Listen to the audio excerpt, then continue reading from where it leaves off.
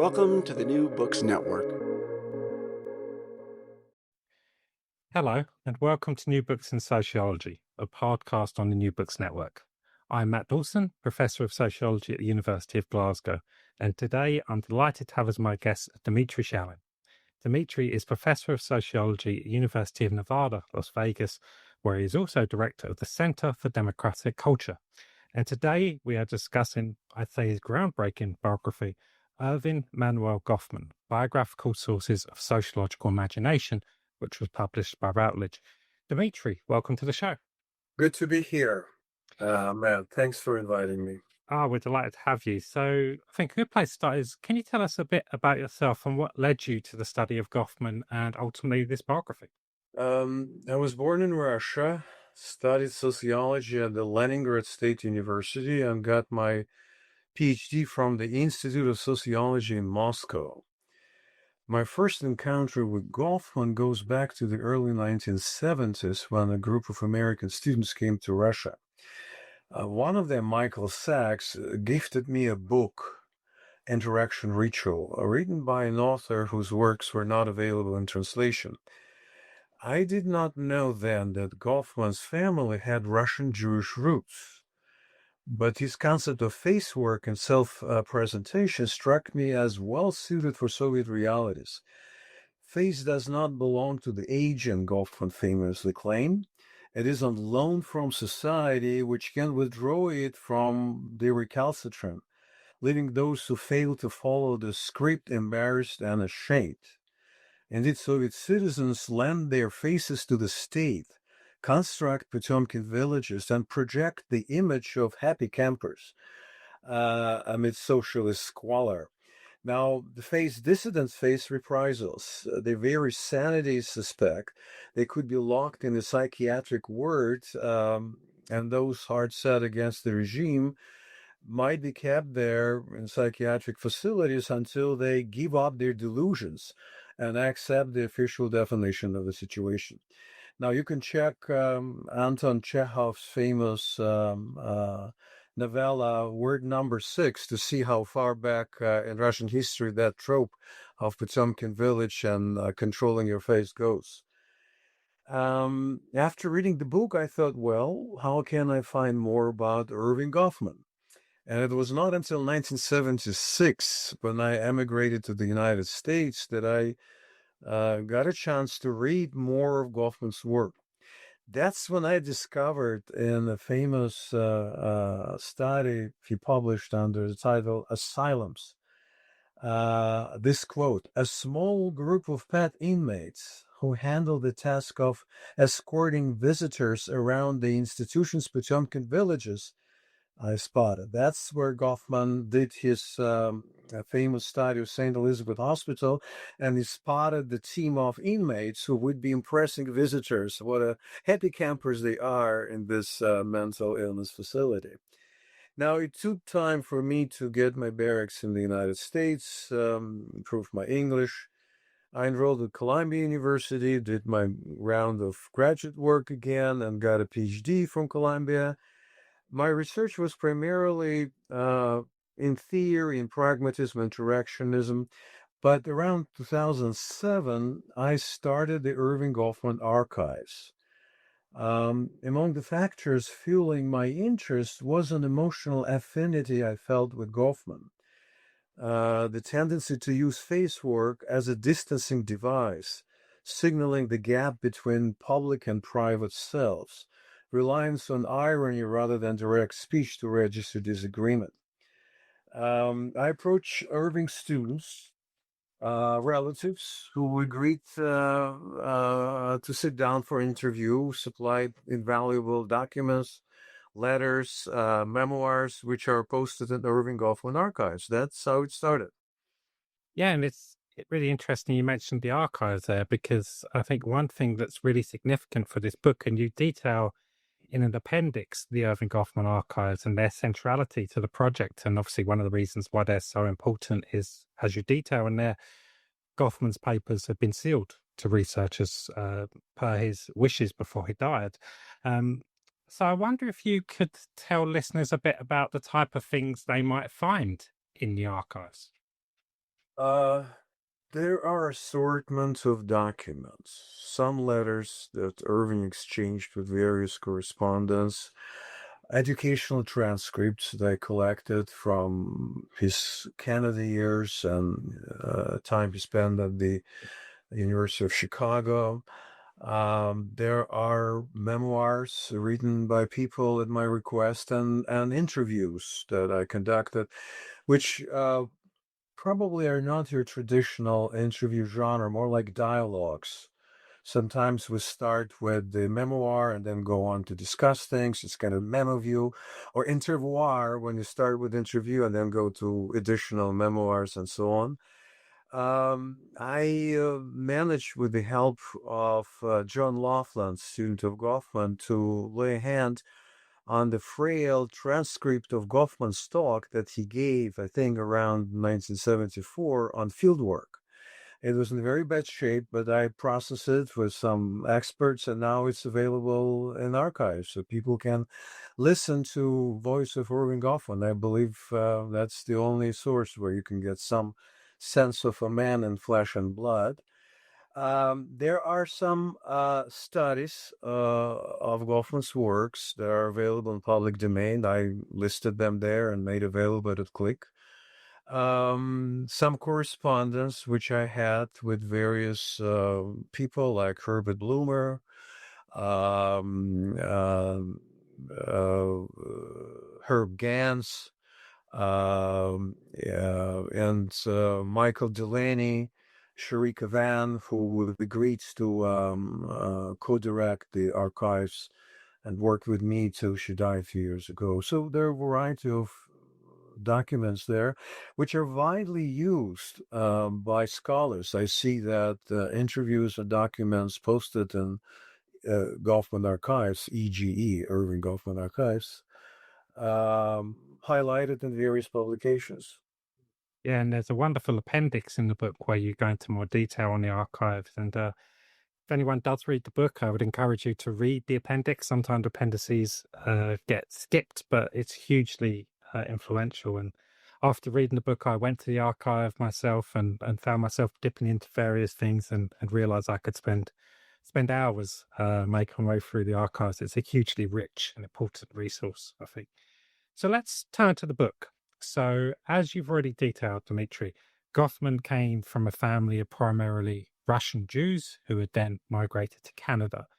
So, can you tell us a bit about what you think were the key parts of Goffman's early life, which then influenced his sociological trajectory, which, of course, as you've already mentioned, leads to his going to the University of Chicago to do his graduate work? Yes, few tangents I think are worth mentioning. Irving's parents, Max and Annie Goffman, were part of the Averbach family network, which included four brothers and four sisters who came from Russia in the early 20th century and settled in Canada for the most part, although two people ended up from that network ended up in the United States.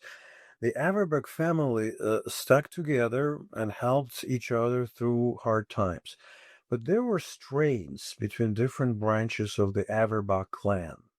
Winnipeg, where most of the family settled in Canada, was hailed at the time as in North America's largest rail yards operated by the Canadian Pacific Railroad, whose tracks split the city into distinct enclaves. Those left behind on the wrong side of the tracks sometimes felt slighted by the more successful king. The division was visible in Winnipeg's South End posh neighborhoods where affluent people lived, and the humbler environs of the North End with its signature Selkirk Avenue and inexpensive apartments. Annie Auerbach's sister fumed about her relatives treating her, as she put it, as a poor side of the family. The other relative says it was all image with Auerbachs. And Leonard Syme, an important American student of public health, who knew Goffman from his Winnipeg years, remembers expensive glassware, bone china prominently displayed in wealthy household to dramatize family good fortune. Esther Vespers cousin of Erving, brings up the fancy books on the coffee table, strategically placed in the houses of her upwardly mobile aunts to impress the visitors.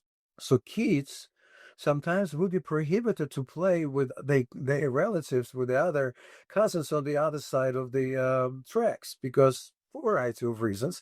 But kids would sneak in and still play with those, even though they were of different social ranks. So Erving Goffman, an astute observer, saw these dynamics, and I argue theorized in his work on the presentation of self and oppression management some of this important gambits. He was also aware of the inferior status accorded to Jews before Second World War in Europe, Canada, and the United States. I found evidence that anti-Semitism was behind Erving's desire to distance himself from his Jewish roots. In the mid-1930s, Erving, when still a teenager, altered his first name from the traditional Erving spelled with an I to Erving spelled with an E, which is why his Jewish friends would tease him. Oh, here's coming Erving with an E.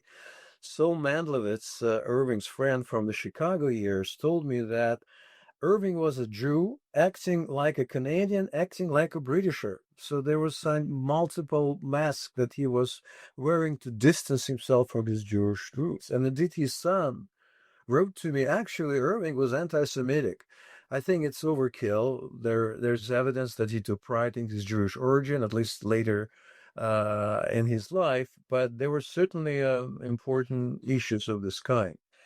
Another important factor that I believe impacted Erving's sociological imagination was certain personal stigma that he carried. Erving was just over 5 feet and 2 inches, which may explain his heightened sensitivity to certain visual stigma, as he would call them. This is not an optimal height for a man who was on the prowl, who was very much into dating and such matters. So Goffman's life bill was compounded by his Jewish origins and a kind of religious, racial stigma, ethnic stigma, and it put him at a disadvantage in a country plagued by anti-Semitism. There's one more influence that I would like to mention that I think impacted his work. This one reflecting his Russian roots. I'm talking about the Potemkin village trope that he used in his research. This trope is part of Russian mythology that goes back to the reign of Catherine the Great, that traveled to Crimea in 1787 to inspect her newly acquired territories, with her viceroy and sometime lover Gregory Potemkin, or Grigory Potemkin, as they would say in Russia, staging festivities for the benefit of Her Highness and foreign guests. To showcase his achievements, he would stage well-dressed commoners, happy villagers, military exercises, parades, just to impress Your Highness and the visitors. Now, historians disagree whether this show had little substance behind it, or whether real progress was made since 1774, when Russia had wrestled control over Crimea, a region ruled by a succession of Mongol Khans, Cossack warriors, and Ottoman Turks. I would not want to argue about the realities, what passes historical tests and scrutiny, but it's clear that this trope, Potemkin village trope, has had an enduring impact on Russian psyche and perhaps also beyond the border of the country. Yeah, we're already getting a feel for how much is going into this individual life of Goffman. You know, as you say, it's about the personal, it's about his height, it's about his upbringing, but it also draws upon these questions of Russian mythology. And I was really taken when I was reading it. I was imagining young Erving noting the fancy china and all these type of things, and obviously sparking his sociological imagination, as you say. So obviously Goffman like many of his generation, goes to the University of Chicago for his graduate study.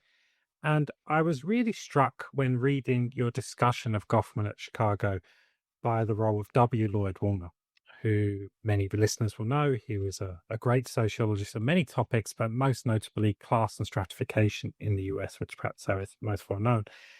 And you detail Warner and Goffman's relationship alongside other ones, but this is one I want to focus on. And you detail how Goffman's first publication, Symbols of Class Status, fits the tradition that Warner had mapped out quite well. But his second publication, On Calling the Markout, which is perhaps my favorite Goffman essay, I think it's a wonderful piece of work, really suggested Goffman going off in his own direction and blazing his own path. And this tension between to what extent Goffman was following a path trodden by Warner and so on, or really going his own way, then gets played out in the response to Goffman's PhD thesis. So can you tell us a bit what was so significant about the sociological path that Goffman sets out in his PhD thesis? Yes, and I think that Lloyd Warner, an American anthropologist who mentored Goffman at the University of Chicago and sponsored his dissertation, had a very important but largely overlooked impact on his work. As the leader of a research team investigating Middle America, he published several volumes in a series known as Yankee City, where he spotlighted status anxieties in the up-and-coming classes whose purchasing power exceeds the grasp of cultural subtleties distinguishing upper strata. Warner clued Goffman to the fact that upwardly mobile individuals tend to assume material status symbols which are associated with a higher than their own circumstances, that those strivers fall short of what it takes to penetrate the higher strata. They lack upper-class easygoing style and superior demeanor. This insight comes to the fore in Goffman's first publication, Symbols of Class Status, where he lists 6 characteristics distinguishing well-bred individuals. This line of thinking, I believe, goes back to Thurston Veblen, who noted at the break of the 20th century that modern society features a situation where the struggle for existence has been transformed into struggle to keep up appearances. C. Wright Mills would later call the trait the fetishism of appearance, and Goffman, I argue, continued this line of thought pioneered by Veblen. Now, Goffman's first published article on symbols of class status owed a lot to his mentor, Lloyd Warner. There's one specific vignette that I came across that speaks to Goffman's circumstances. In this vignette, in this story, and I think it's worth quoting from Warner on that, he talks about a Jewish resident of the city he studied, whose material circumstances are way above his cultural capacity to fit into the society. This is what Warner says. When I purchased my red Hudson, the only other car like it was owned by Mr. Sachs. I can't stand him because in the days when cars were rare and expensive, there was a great feeling against the Jews owning such fine cars. And Mr. Sachs had started as a drug dealer. There was a great feeling against the Jew owning such a fine car. Now, Warner goes on to comment, here's evident a very active resentment against the Jews for acquiring a class symbol in the form of a fine car out of contacts with their class status. Interestingly, a few years later, Goffman would be driving a Morgan. I don't know how many of your listeners would remember what it is, but Morgan, I think it's still produced like a few dozen cars each year. A handsome roadster costing a fortune, signifying an income. Erving was driving Morgan. which he did not possess. The car belonged to his upper class wife, Angelica Schuyler Choate, whose Bostonian ancestors go back to the Mayflower generation. Now, this article, Symbols of Class Status, bears the mark of a student paper, and indeed it was presented in class as a final for one of the classes that Goffman took. It is somewhat formulaic, but his second publication, Cooling the Mark Out, which you mentioned, reveals his own brand of sociological imagination that really stands out. In this paper, Goffman observes that society is full of losers, washouts, the downwardly mobile individuals, and there is an institutional pressure to help such people manage their diminished selves, their visible and invisible stigma, lest those dealt with a raw deal cause trouble for society. The problem is almost as acute among imposters, wannabes, and those on the upswing with a checkered past who are anxious to hide potentially stigmatizing information about themselves that could result in the loss of face and profound embarrassment. Now, keeping those who met with failure pacified is not enough, Goffman tells us. The challenge is to make the wretches sustain workable interaction with the world, to minimize the possibility that, I quote, the mark outwardly accepts his loss, but withdraws all enthusiasm, goodwill, and vitality from whatever he is allowed to maintain. Now, the downside of face loss is a potentially serious problem for an organization and for society at large. This is where the macro-sociological implications of Goffman's theories come to the fore, perhaps for the first time. This is what he says on the subject. When an employee turns sour, the interests of the organization suffer. Every executive has the problem of sweetening his workers. They must not come to feel that they were slowly being cooled out. This is one of the functions of granting periodic advancement in salary and status, of profit sharing, of giving employee at home an anniversary present. A similar problem a government faces in times of crisis. One must maintain the enthusiastic support of the nation's disadvantaged minorities. For these populations can feel they are being cooled out and react by turning sour. Now, what happens in the face-to-face interactions, according to Goffman, reverberates through society at large. Society is a big con. Some are losers, some are winners in this never-ending game. The socially defeated must go on mingling with the socially thriving. Or, as Goffman memorably quipped, the dead are sorted out but not segregated and continue walking among those who are still living. This is a rather stark indictment of ubiquitous struggle for status and prestige. Now, let me go very briefly to Goffman's dissertation because that connects to his relationship with Lloyd Warner. When Goffman was sent to Shetland Isles by Warner to write his thesis, he was supposed to have examined class differences among the lines developed by Warner and his colleagues. That didn't work out. Goffman ended up exploring communications among the crofters and the great length to which they go to minimize class differences, avoid embarrassing each other, maintaining comity in public, and sustaining what Goffman calls interaction order. After Erving published his paper on class symbols, he dropped the issue of class difference pretty much altogether. I wonder if the subject was too sensitive for him personally, as he was advancing to a stardom from very low beginnings. So his professional success perhaps diverted his attention to other matters. Yeah, and you detail how that plays out in his dissertation defense, where these sort of competing agendas and expectations of what Goffman should be doing really play out in a really interesting way. But he gets his thesis. As you detail in there's perhaps some last-minute interventions by Hughes to help him get his thesis, but he gets it.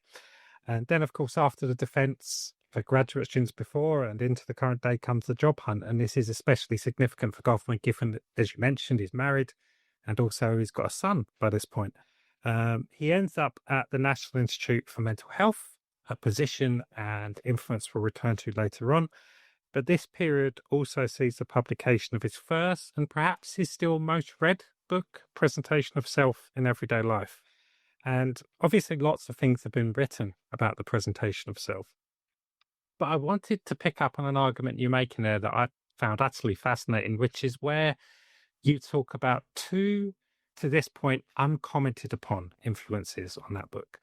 And one is Erich Fromm, and the other one is the Russian playwright, and you'll have to correct my pronunciation if I get it wrong here, Dmitri, Nikolai Aronov. Nikolai Yevreynov. Nikolai Yevreynov. So why were these two writers so significant to that text, do you think? The Presentation of Self in Everyday Life is Goffman's indeed best known and most cited work. Goffman was influenced by a number of authors. They were discussed by scholars at length, but two of them, I think, largely escaped attention. One is Erich Fromm, a German-born theoretician of modernity and fascism. The other is a Russian playwright and theater theorist, Nikolai Yevreynov. In 1941, Fromm published the book Escape from Freedom, where he laid bare the anxieties and hopes of the post-war era reeling from the horrors of fascism, and planted doubts about the ability of humans to stand fast in the face of totalitarian oppression. The goal, as Fromm presented for himself in this book, was to understand the attraction which fascism exercises upon great nations. Germany was one of those countries at the time, of course, during Second World War. And now we see other nations with proto-fascist tendencies who develop along the path outlined by Erich Fromm. So for Fromm, a modern man with all the advantages earned faces a dilemma. Modern man is a language that Fromm uses, language of the period, we'll say men and women, but let me follow his own verbiage. So modern man kind of has to maintain personal autonomy, but also collaborate with fellow human beings in a joint quest for sane existence. There are two extremes that need to be avoided here, but hard to do so. Sliding toward the individualistic extreme, the autonomous modern agent risks falling into despair of solipsism and loneliness, as Fromm calls it. The other pole carries the risk of succumbing to authoritarian powers and outrages. Now, what we witness in this historical juncture around 1939 was the lonely crowd of individuals, to use the term popularized by David Riesman, craving recognition and afraid to take a stance which may expose them to public disapproval. The agent of mass culture experiences an unbearable feeling of isolation and powerlessness. And this, in turn, leads to psychic desire to escape, as Fromm points out, driving mass culture saturated men and women into the arms of authoritarian mobs.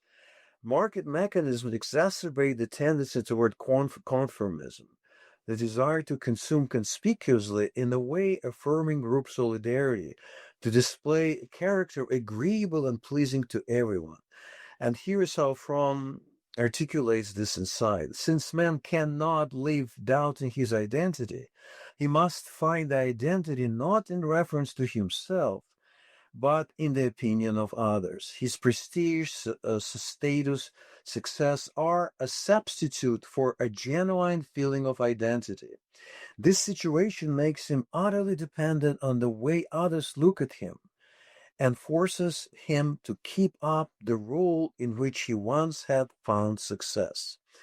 That's Fromm's take on modernity and the discontent, and I think his insight perhaps is still very much relevant in our time. Now, this is what German intellectuals who witnessed Hitler's fascism bequeathed to American critics like David Risman, C. Wright Mills, William White, Alvin Goldner, who laid the ills of American society at the door of the mass culture with its signature type of other-directed man, organization man, white collar man, lonely crowd. This would be the terms, to my mind, very much modeled after what Eric from outlined.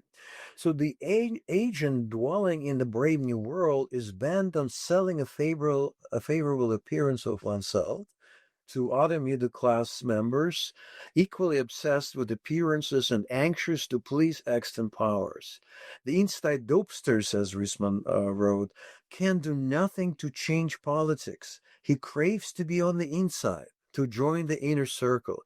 And since he cannot change the others who dominate his political attention, his character leads him to manipulate himself and his identity in order not to change the others, but to resemble them. C. Wright Mills sounded similar alarms when he told his readers that all men do not naturally want to be free. White-collar man has no culture to lean upon except the contents of mass society. That his isolated position makes him excellent material for synthetic molding at the hands of popular culture, print, film, radio, television. That the new man must smile, be personable, standing behind the counter, waiting in the outer office. That in mass society, personality often actually replaces skill and professionalism as a requirement. A personable appearance is emphasized as being more important in success and advancement than experience, skill, and intelligence.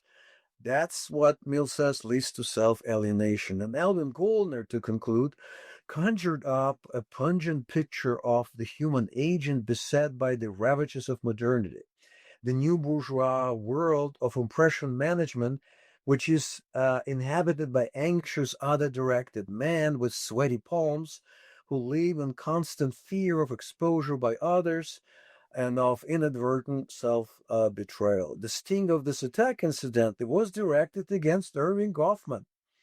The art of impression management that Goldner cites is very indicative here. There's a funny tale which I don't mention in the book where Erving and Alan Goldthorne are discussing book ventures with the publisher.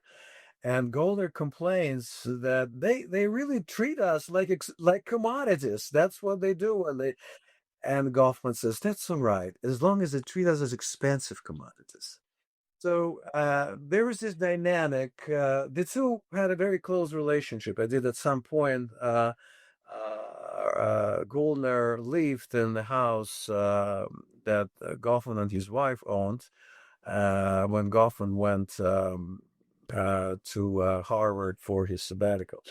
Now, the presentation of self in everyday life, to my mind, observed this visage of mass society in which people curate their public persona to ensure that their actions fit in with the ceremonial order and prove their moral fiber.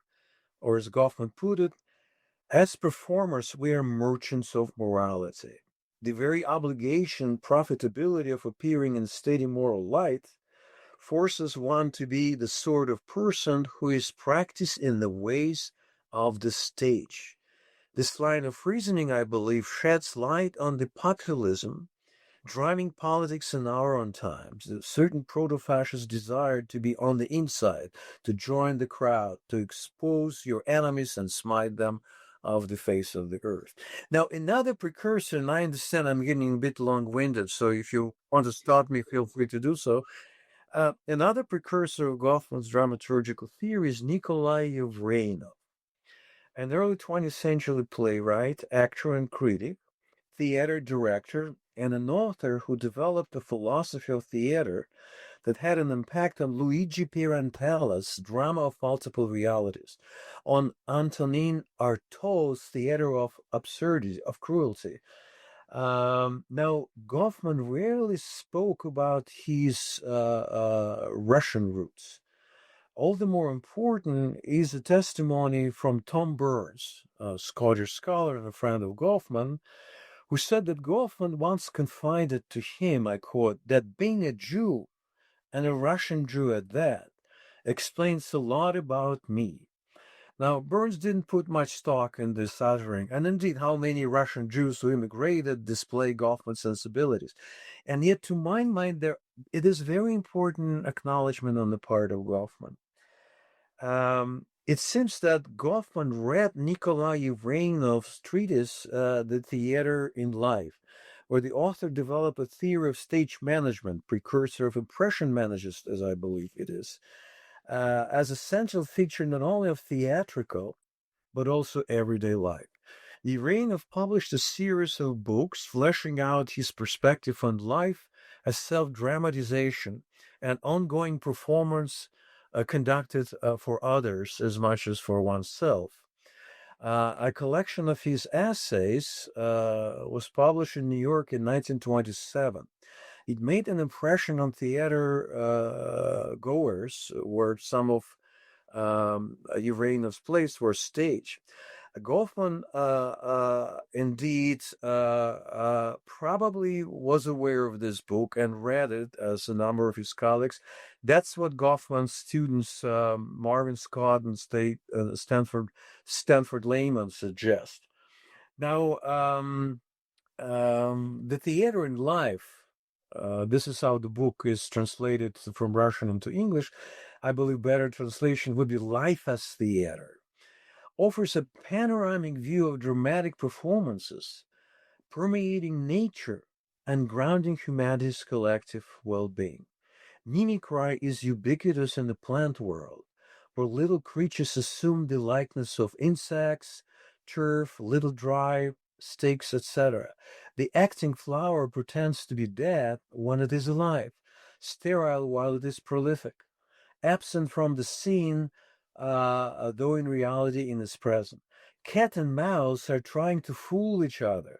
Once the former has released her hold on her little victim, the latter pretends most dramatically and skillfully to be dead. The cat also plays a role, absolutely indifferent to the mouse. Sitting at a distance, she licks her paw, yawns, looks around, but as soon as the little mouse little actress moves,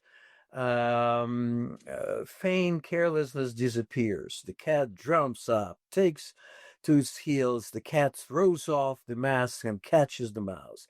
And then the show starts all over again. Mouse playing its own role, playing its own, wearing its own mask, and so does the cat.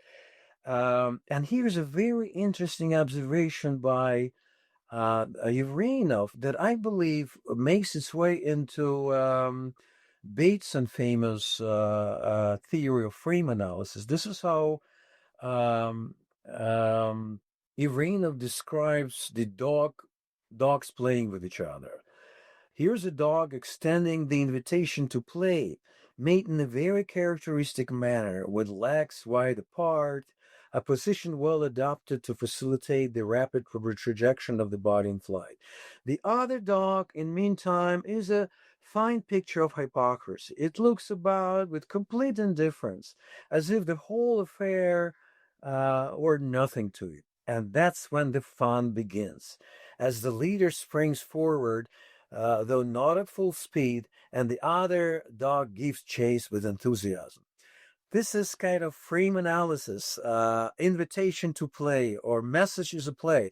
This is what I think Gregory Bateson was using. Now, look at the dinner table, writes Evrenov. A deceptive picture of unstaged merrymaking. For what could be more simple and natural for a man than to sit at the dinner table and dine simply, without ceremony, in the company of other men? The fact is, however, that that which a well-bred man calls naturalness is quite a science, necessitating long years of training, experience, and education, a role which becomes a second self. And look at the way you look at the mirror, says Uranov, when you mimic the appearance of greatness, attractiveness, imposing earnestness, decision, and so on. What we want to see in the mirror, writes Uranov, is not objective truth, but flattery, consolation, and encouragement. Or check the photo albums. Examine the postures, the smiles, the family groups, or the faces looking out of the window overgrown with ivy, the figures outside the house fence, those young men riding horses or playing tennis, the rolled up sleeves, the disheveled hair, those girls wearing peasant costumes, those stout ladies fanning themselves, wearing evening gowns and displaying with nonchalant smiles and more of their legs than anybody would care to look at. What a variety of democratic, aristocratic, philosophical, and other poses and masks. And what a wonderful faithfulness to the principle of theatricality in all. Just as Goffman intimated, stage management, or in Goffman's word, impression management, is at the heart of social reality. Stage management means, as we understand it, the reduction of all things. That's again wording of Nikolai Ivanov, of all things seen on stage to a common denominator, to sort of standard style, standard temperament, standard taste, standard rhythm. It fuses the play, the actors participating in it, the stage setting illustrating it, and lots of other variegated things connected with it into a harmonious theatrical whole. It is that which crowns months of meticulous analysis with the coveted synthesis which makes the scenic chaos crystallize into logos. The Potomacan village sensibilities are palpable in the vein of writings, and I think somehow or other, directly or indirectly, they made their way into Goffman's own imagery and theories. Yeah, I was loving into this, Dmitri, and it just made me think that it goes to what we were saying in the previous topic we were talking about, where even in these influences, you can see the brilliance of Goffman, where it is that micro level, the theatre in life, and the macro level of questions of fascism and what it is to exist in modernity, etc. So we can see how those two influences indicate the richness of Goffman's sociological project that he brought out incredibly well there. And obviously, one of the things that happens as Goffman is publishing Presentation of Self in Everyday Life is he gets a new job. And he's hired by the Sociology Department at the University of California, Berkeley, where his former Chicago teacher, Herbert Blumer, has been asked to establish the department and is in the process of creating what would, for a period, become perhaps the most significant sociology department in the States. And you detail in the book how Goffman was not that well received by his colleagues at Berkeley initially, and also collect some recollections from his students, which I found very interesting to read. So can you tell us a bit about what Goffman's experiences at Berkeley were? Yes. Once Erving defended his PhD thesis, he couldn't find a job. He was really craving a job in academia, but jobs were very scarce at the time. Few of his buddies really had good time landing a job. Howie Becker, a friend of Erving, who had published several articles and had extensive teaching experience, graduated from University of Chicago with PhD even before Goffman couldn't land a job. Incidentally, what is not known that Becker, Howie Becker, was going to join Goffman at the National Institute of Mental Health. There were some prospects of working as a resident St. Elizabeth hospitals, but actually, Everett Hughes discouraged Becker from joining Goffman at these facilities. He found he would be better off continuing his work on survey at the University of Illinois in Urbana. Now, Goffman landed his first job in 1955, a position of research scientist at the National Institute of Mental Health Laboratory of Socio-Environmental Studies. He worked there for 2 years before accepting Herbert Blumer's invitation to join Sociology department. The circumstances surrounding Blumer's invitation are fuzzy. Bloomer did not preserve his correspondence and left very little by way of archives. Goffman, by contrast, held on to his correspondence but sealed it before his death. No one can get access to his papers, as that was his wish. What we know is that Goffman was brought to Berkeley in 1957 as a visiting assistant professor on a temporary assignment with an understanding that he would be considered for a regular tenure track appointment if he continues to show scholarly productivity and an aptitude for teaching. Impressed as Bloomer was with Goffman's abilities, he had reservations about his scholarship and even stronger ones about his personality. Bloomer co-taught with this visiting lecturer, Erving Goffman, an interclass. He, as an advisor to Prentice Hall, had a hand in placing Goffman's manuscript Stigma with the publisher. All this, in addition to the fact that Goffman's owed Bloomer his first academic job, may explain why Goffman never criticized Bloomer publicly. Soon after E.G. came to Berkeley, Bloomer began to doubt the wisdom of granting him tenure, or perhaps even granting him a tenure track assistant professorship. There's testimony from Marvin Scott and others that Bloomer indeed found Goffman as being just so many catchy phrases, as he put it. Sheree Kavan recalls that Philip Zelznick, another Goffman's colleague, spoke of Goffman's as a Hollywood sociology. Marty Lipson queried Jerry Skolnick, "Who is this guy? Is he any good?" Roy Turner, a student mentored by Goffman, recalls that there was an obvious feeling in the department that Goffman's work was subjective. Goffman must have gotten used to hearing that in his early days. The sentiment did not bode well for the future. A year after he was appointed on this temporary position, Goffman's performance came up for review. His colleagues had to decide whether to convert his temporary appointment into a regular one and promote him to associate professorship with the prospect of tenure. The faculty had doubts about the young scholar's work and his suitability for Berkeley sociology programs. Some found his unconventional theories problematic and his record of department citizenship spotty.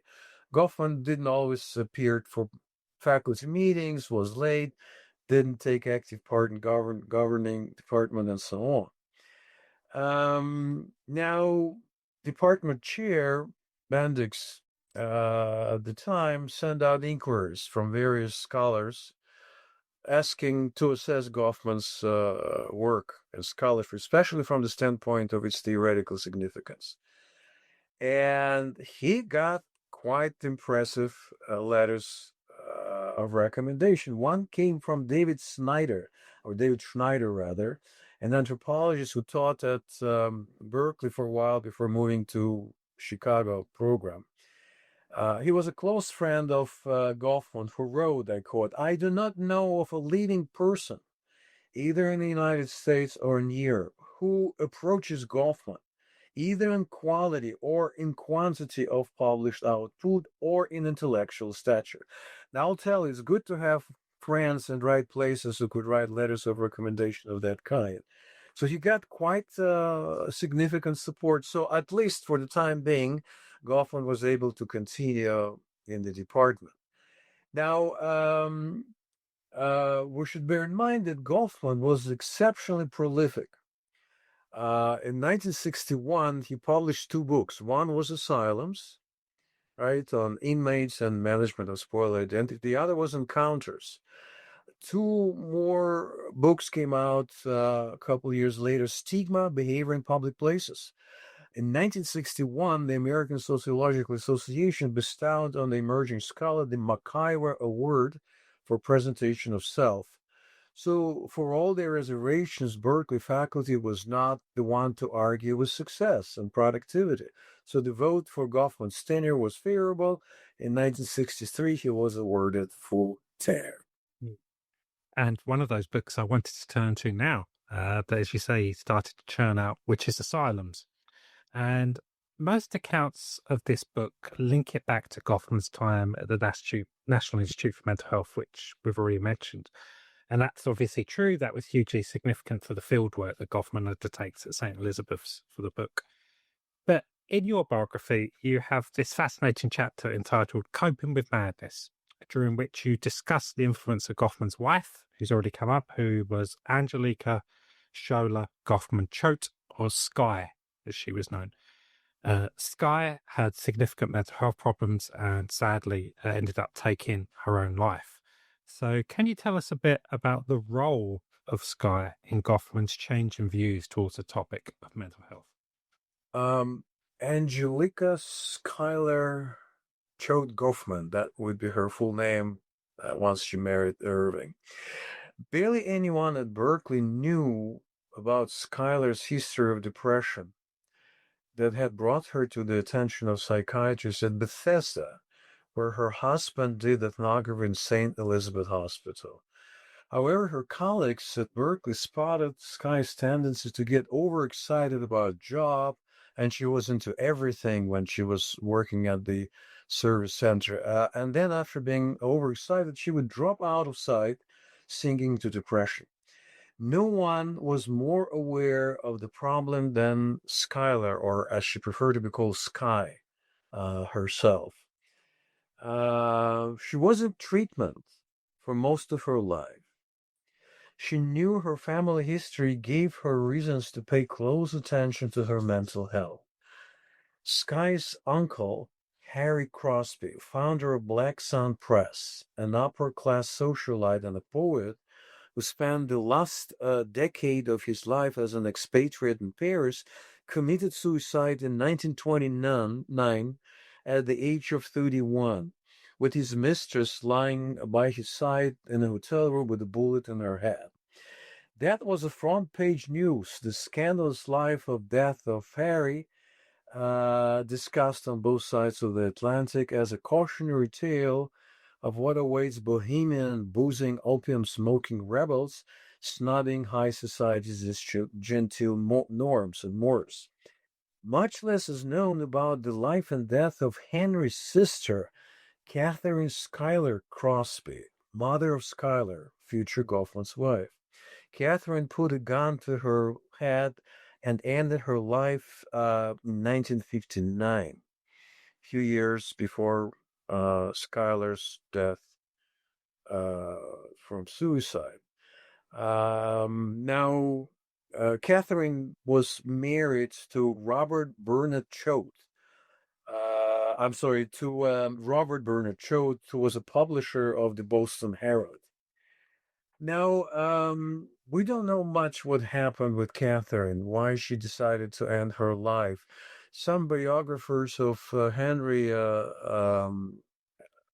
Crosby think that she was influenced by the example of her brother, but I think evidence suggests that there are problems that run in the family, for generations of some mental health issues, suicides, and so on. Indeed, Tom Goffman, Erving's son, wrote to me that there are Congo River of mental illness going back for centuries in that Bostonian part of the family. Now, Schuyler difficulties can be linked to various causes, none in and of itself sufficient to explain her resolve to kill herself. Her marriage to Erving started inauspiciously. Skye had gotten pregnant, married the father of her child, when the couple was not ready to tie the knot. The burdens of parenthood fell especially hard on the shoulders of Goffman's wife. Skye accumulated enough credit at the University of Chicago, where she studied alongside Goffman, to continue with her PhD, but she had to put her dissertation on hold and assume parental and household responsibilities for which she had been ill-prepared by her high society parents, who had frowned on her marriage to someone they thought to be out of her league, an aspiring scholar with no clear job prospect, and a person of Jewish descent to boot. Now, Schuyler applied to Chicago to renew her graduate work, to enroll there, and finish her dissertation not long before she decided to end her life. She got no response from graduate program, which might have figured somewhat in her decision to end her life. So on April 27, 1964, Schuyler Goffman got into her 1963 Jaguar XXE convertible, drove herself to the Richmond San Rafael Bridge, abandoned her car midway across the span, and leaped to her death from the upper deck of the bridge.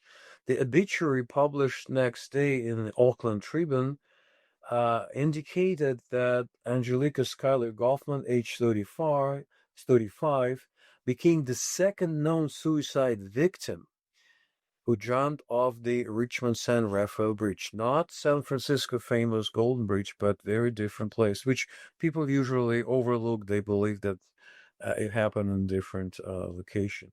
She left a note, in fact, two notes, one to her son, Tom, saying, "I'm sorry," the other to her attorney, directing him to her box of jewelry.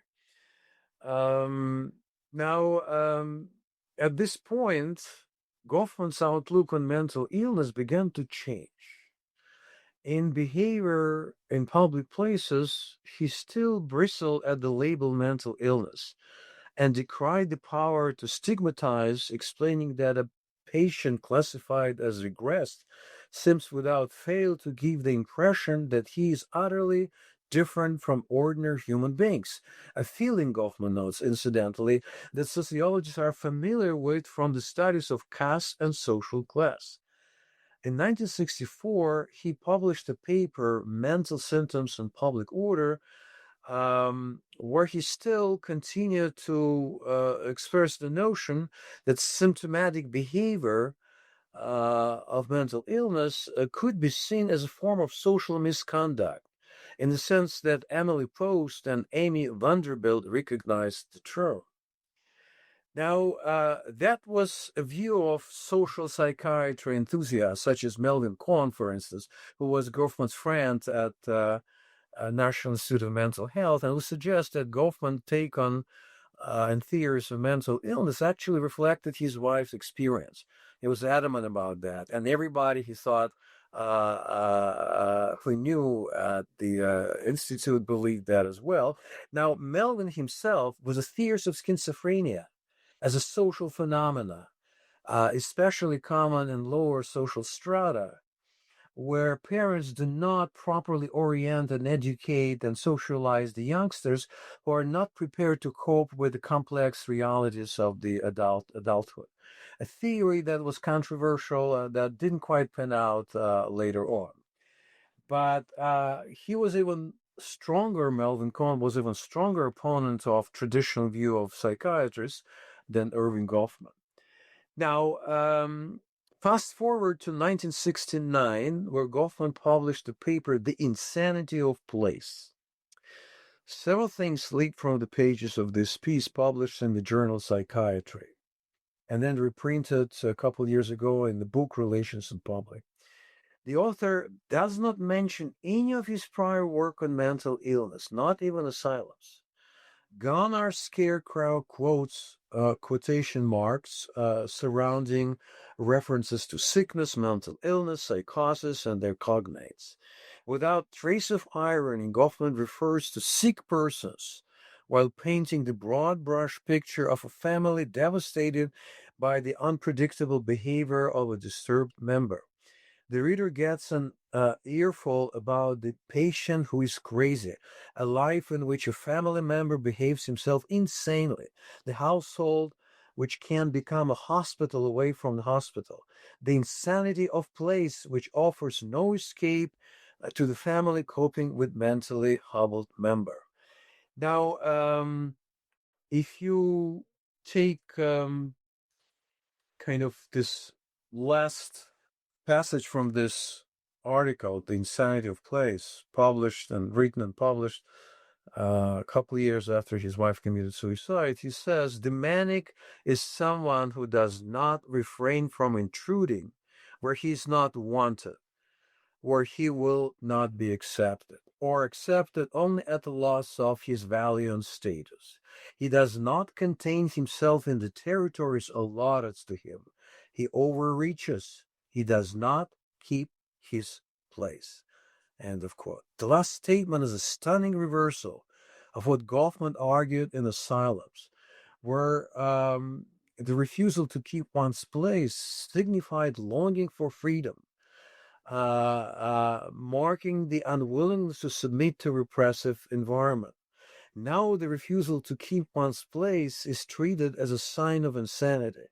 A person who doesn't respect family hierarchy, who refuses to attend to one's duty, who hobnobs with uncredited others, who embarrasses status distinctions, is certifiably crazy. Look from the biocritical perspective and perspective of pragmatist hermeneutics, as I call it. That's a theoretical perspective that I work in. The evolution of Goffman's views on mental illness makes sense. In Asylums, he went out of his way to normalize aberrant conduct and undercount the notion of mental illness, casting symptomatic behavior as situational improprieties. The horror of total institutions exposed by Goffman and his colleagues made the public receptive to the argument and willing to give communal care a chance. As Sky's affliction grew more severe, Goffman must have experienced cognitive dissonance between the constructionist view of sanity he took at the outset and the need to help relieve his wife's suffering. It is hard to imagine the author of Asylums recommending institutionalization for his wife, though he knew she urgently needs psychiatric care. The Insanity of Place is as much a scholarly disquisition as a plea to everybody to hear what he had to cope with. He told several colleagues, incidentally, and students to read this piece, Insanity of Place, if they want to understand what happened in his household. It is a message in the bottle, I believe, a chance to present Goffman's side of the story. But his wife also had a story to tell, which unfortunately never has been told, and which I have tried to kind of recount. She didn't write it herself, but in broad outlines, we could glean it from the bits and pieces collected in Goffman archives. Angelica Schuyler showed Goffman was an intellectual suffocated by an oppressive household, desperate to carve a professional niche for herself, shunned by her parental family, condescended by Berkeley faculty, which put down women who refused to keep their places. Skye grappled with family chores with little help from her husband, who was incensed by the disturbance of rank, as he put it, his wife's professional aspirations occasioned. She was mad at the world that saw women as boosters of men's careers. That's incidentally a phrase that Dorothy Smith, who wrote dissertation with Erving Goffman, who says that Goffman's wife, not her mentor Goffman, helped her with this dissertation. And this is what I think was happening to Schuyler. So she was mad at the world that saw women as boosters of men's careers, and who were left out to cope with psychological, marital, parental chores and pressures on their own. Her manic depressive tendencies, which were real, exacerbated the situation. The theories of Goffman that he spun initially related to mental illness as situational impropriety tied the hands of the parties involved, turning Sky's suicide into a cruel coda to her husband's ascent as an authority in the field of social psychiatry. So this is, in more than few words, I believe what happened with Goffman's theories of psychiatry and the role that Schuyler plays in that. Yeah, and as you say, Dmitri, the Sky story is an incredibly sad one in many ways, but you've done really well in telling us about her, what she did. And I was remembering when you were saying there's a bit in your book where you quote Goffman as writing someone says, I think stigma, I think they're finishing stigma because we are finishing stigma. He doesn't say I'm finishing stigma, he says we are finishing stigma. And you point out That's right. He was a brilliant editor, and he was a brilliant stylist and writer. I unearthed her master thesis that she wrote in 1950, where she uses a sample of high Bostonian informants to study high-class patterns of personality, which incidentally cites Erving Goffman's own thesis. yes, you bring out her influence very well as an editor, collaborator, and first reader on Goffman's work on her own contributions.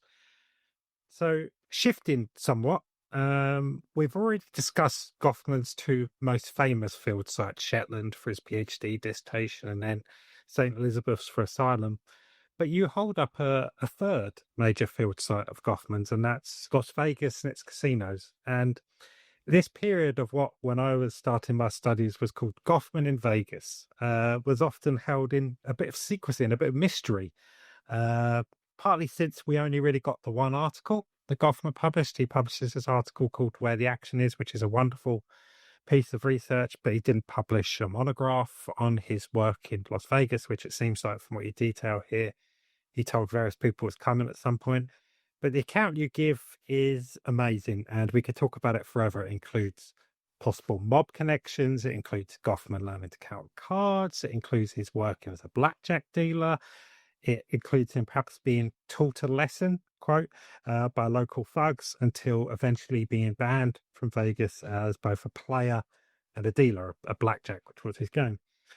Partly I was amazed by the fact he said he couldn't play poker because he couldn't keep a poker face. He couldn't do impression manager, which I thought was hilarious.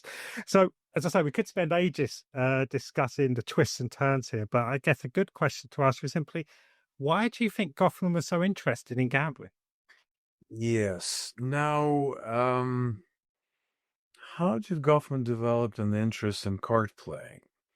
Several tangents come to mind and can be mentioned. His father played cards with his buddies, I think it was poker, and was very good at it. His uncle Mickey was a card sharp and professional bookie who earned a special mention in the Auerbach family reunion album. And he was a frequent visitor to Winnipeg and one of the favorites among the 8 brothers and sisters. Incidentally, he had a remarkable physical resemblance to Erving. Just as a physical type, I would say that they seem to come from the same stock. Now, we need to bear in mind also that games of chance have a special place in the Jewish tradition. While tolerating games of skills played for their own sake, Jewish law condemns games of chance. Mishnah repudiated dice players as people who waste time rather than do their duty of repairing the world. Betting on the chance outcome with an eye to gaining material advantage wasn't a crime in the Talmudic era, but it was judged a sinful act and treated harshly. Sanhedrin disqualified known gamblers from taking the witness stand in the court of law. Rabbis condemned a skillful gambler, comparing one to a robber who may be banned from the community and refuse burial service in the vicinity. A wife on an incurable gambler could petition for divorce according to Jewish law. When Jewish immigrants indulged in gambling, it was in the context of their lost religious moorings and the bitter intergenerational conflicts. I recite several examples of famous gamblers who would come from the Jewish stock. Modalis is one of them. Modalis, who incidentally, by some reports, helped Goffman to land the job as a casino dealer in Las Vegas. So, the rapid secularization of Jewish immigrants and legalization of gambling in the United States boosted the process by removing the stigma attached to wagering. In the early 20th century, gambling emerged as a favorite pastime among many immigrants, including Jewish immigrants, who had reached North America and settled in Lower East Side in New York City, in Chicago slums, or in Canada's Manitoba. Now, Erving was well acquainted with the gangster lore. He collected stories about Jewish gamblers. He took his friends to eateries frequented by reputed mobsters and delighted in popular reunion stories about gamblers. Now, there's a bit of a puzzle as to why Goffman, after he's done research on gambling, never published a book. Um, he mentioned it several times. In the interview he gave in Times Magazine and Strategic Interaction, 2 years before he died, he gave an interview to Verhoeven, John Verhoeven, when he said that he's still working on the book. He never published it. Now, so how did he came to learn the game and practices? Researchers tie some of Erving's concept to his experience as a card player, which favors those skilled in reading face work of the parties involved. When Erving took up cards in earnest is unknown, but the lifelong interest started at home. In the University of Chicago, he was known as a brilliant card player and brilliant researcher at the same time. Ironically, Goffman, and you mentioned that, struggled to keep a poker face. Bill Smeltzer recollected in his interview he gave for EGA about the pastime that he would engage in, where some of the people from Berkeley, Erving Pilyavin, Henry Miller, Bill Kornhauser, Hal Wilansky, David Matza, Ernst Baker, and Goffman would assemble to play poker. Most of the time, Goffman lost money. And it's interesting that, according to Smeltzer, he couldn't keep his face, couldn't keep his poker face. He would joke that if Goffman were dealt as much as a pair of deuces, his hands would begin to tremble, his face would begin to flush, and everybody knew something was going on with his cards. Given his work and his pride and his insight into manipulation of human situation, pressure management, one would expect Goffman to be very much Mr. Cool. That was not the case, that Smeltzer notices. Now, Goffman's essay on gambling was based on his fieldwork in a casino. Sometime in 1961, according to letters that are unearthed that he exchanged with his mentor, Everett Hughes, E.G. obtained a dealer's license. He applied to be trained in the casino dealer's school and got a license and landed a job at a casino. It didn't last long as he was caught counting cards. It didn't help that his wife teamed up with him to play blackjack. I don't have firm evidence, but it's possible that as Goffman was dealing, his wife was sitting there as an innocent sort of participant and played the game.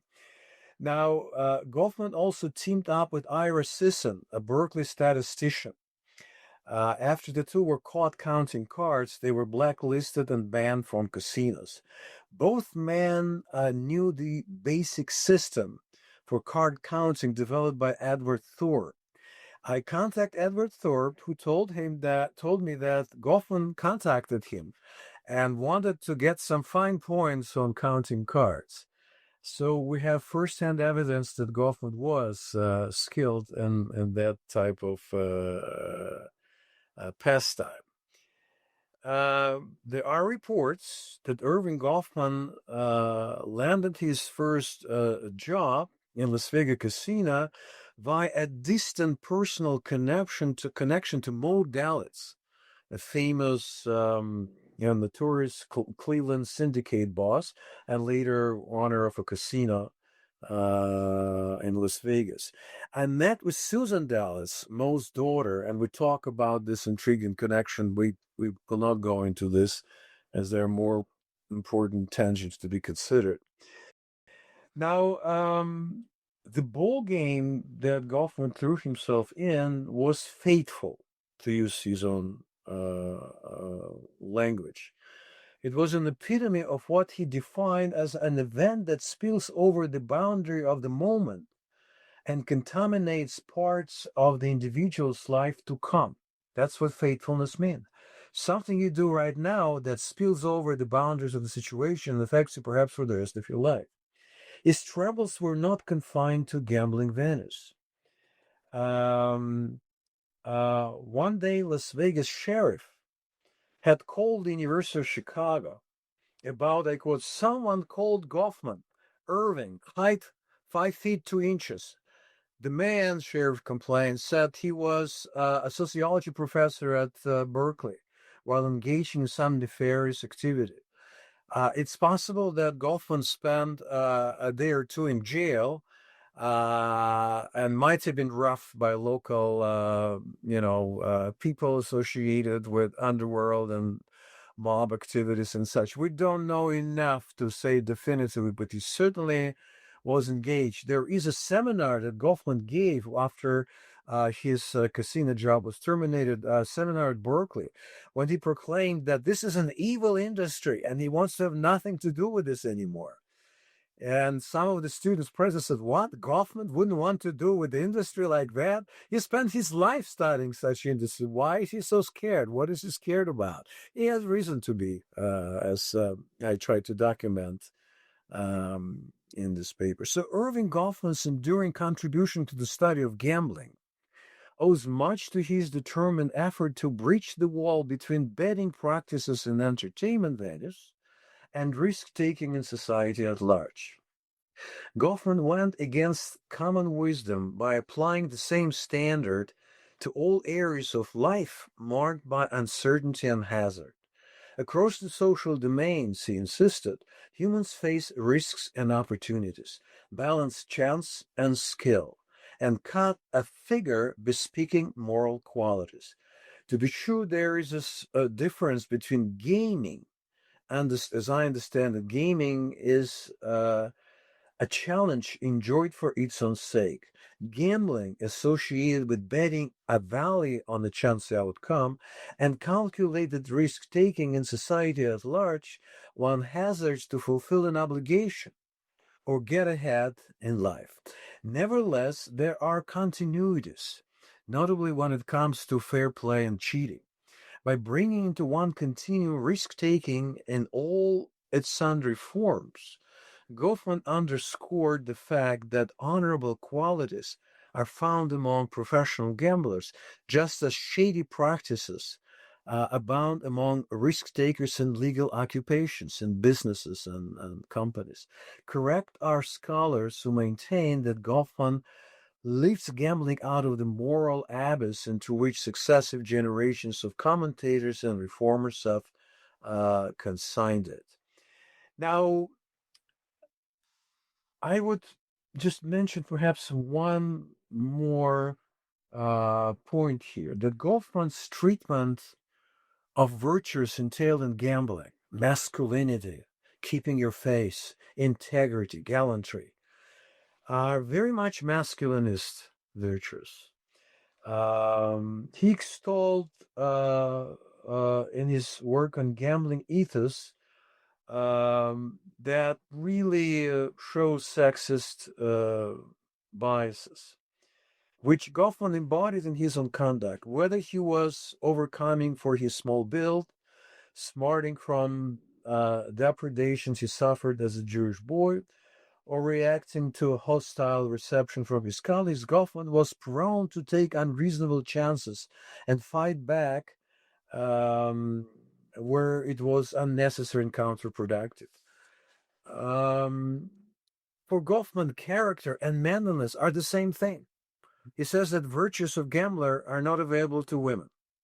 The only area where women could show certain ability to gamble and put the show on is sex, That's where they kind of are known to engage in some risk-taking. Other than that, it is a man's domain. And I then show how he transitioned from that sexist view, essentially, of gambling masculinity and so on, to much more sensitive attitude toward women in his work on gender construction. Yeah, and we'll come to that question of gender in a minute because it takes up a really fascinating chapter in your book. But to continue the temporal narrative a little bit, just as Goffman is finishing up this fieldwork in the casino, he returns to a Berkeley Department of Sociology that is facing increasing splits around questions of student activism, but also on questions of what sociology should be. There's a beginning of exodus, and Goffman is one of those people who leaves. He eventually ends up at the University of Pennsylvania, where he accepts the title of, quote, Professor of Anthropology and Psychology. No sociology in there. And here we see the beginning of Goffman both distancing himself and perhaps also to some extent being distanced from sociology. So I'm wondering if you could tell us a bit about what was it that led Goffman away from sociology? Right. Goffman's relationship with the discipline of sociology, which awarded him a terminal degree, a PhD, was always fraught. He has and always has had his admirers, but mainstream sociologists and movers and shakers in the discipline were ambivalent about his brand of sociological imagination. Reviews that his work garnered in professional journals were quite mixed. Here's an example. Eugene Weismann, publishing review of Stigma in the American Journal of Sociology, which is kind of exemplary in how backhanded compliments given to Goffman were. I quote, "In many ways, this book, Stigma, is an irritating work. It is clearly padded, about twice as long as it should be. The style is too de forcish. There's much that is too cute and only near relevant. Too much schmaltz and not enough liver." That must be a Jewish writer who writes this. There's much that is too cute, as I said, and not relevant enough. Now, in spite of these things, the problems tackled by Goffman are important, and what he says about them is insightful. Now, imagine being Goffman. You just put out this original work, and people tell you it's just too long, it's not relevant, it's too de forcish, and so on. Would you be enamored with the discipline that assesses your work this way? I would say that even friendly reviews, even those written by his teachers like Bloomer, like Hughes, were kind of tart. For instance, Everett Hughes wrote in his review of Relations in Public that the author has limited the area, or rather, it was Bloomer, I think, who said that that Goffman limited the area of face-to-face interaction by excluding the vast mass of human activity falling outside of impression management. And Hughes called Goffman's brand of ethnography nosy, and suggested that Goffman doesn't pay enough attention to methods through which he attained his data, and urged him to do more work along the line of pointing how he transitioned from face-to-face encounter to macro-sociological generalizations. Now, Goffman was a prolific writer, as I mentioned. His work began to attract attention at the universities in the country. E.g. negotiated a deal with several places, including University of Chicago, which surprisingly wanted him on board at some point, University of California, Los Angeles. He settled at the University of Pennsylvania, which afforded him a named professorship with sparse teaching duties, affiliation with the anthropology department, an office at the University Museum, of all places. Del Hymes, a famous linguist, played a lead role in bringing E.G. to Penn. In the fall of 1968, Goffman was appointed the Benjamin Franklin Professor of Anthropology and Psychology. Indeed, no mention of sociology here. His office, located at the University Museum, underscored the problematic relationship he had with sociology colleagues who resented his high salary, no regular teaching load, chance to choose his own courses, disinterest in departmental affairs, and what some considered to be condescending attitude towards sociology department students. Aviatar Zerubbabel, one of the most accomplished Goffman students who had Goffman as a mentor, remembers that he came to Penn from Israel to study with the eminent scholar. And when he signed up for Goffman's class, Goffman said, no, you have to write a petition justifying that you can belong there. That really upset Aviatar. Everyone from anthropology, linguistics, and folklore who signed up for this class, were accepted without any petition or any demand to prove their case. Of sociology students, the only one accepted was Eliezer Zerubbabel. So his petition explaining why he wanted to be in this class kind of paid off. Now, he had very checkered experience with Erving, who discouraged Viator from writing dissertation on time, patterns, and framing, who kind of led Zerubbabel on for quite a while. Renee Fox kind of chimed in and salvaged the day, and without her, Viator says he might have never become a sociologist. Now, Gary Fine describes Goffman's relations with sociology colleagues as hostile, and at the time, Gary Fine was an undergraduate student at Penn.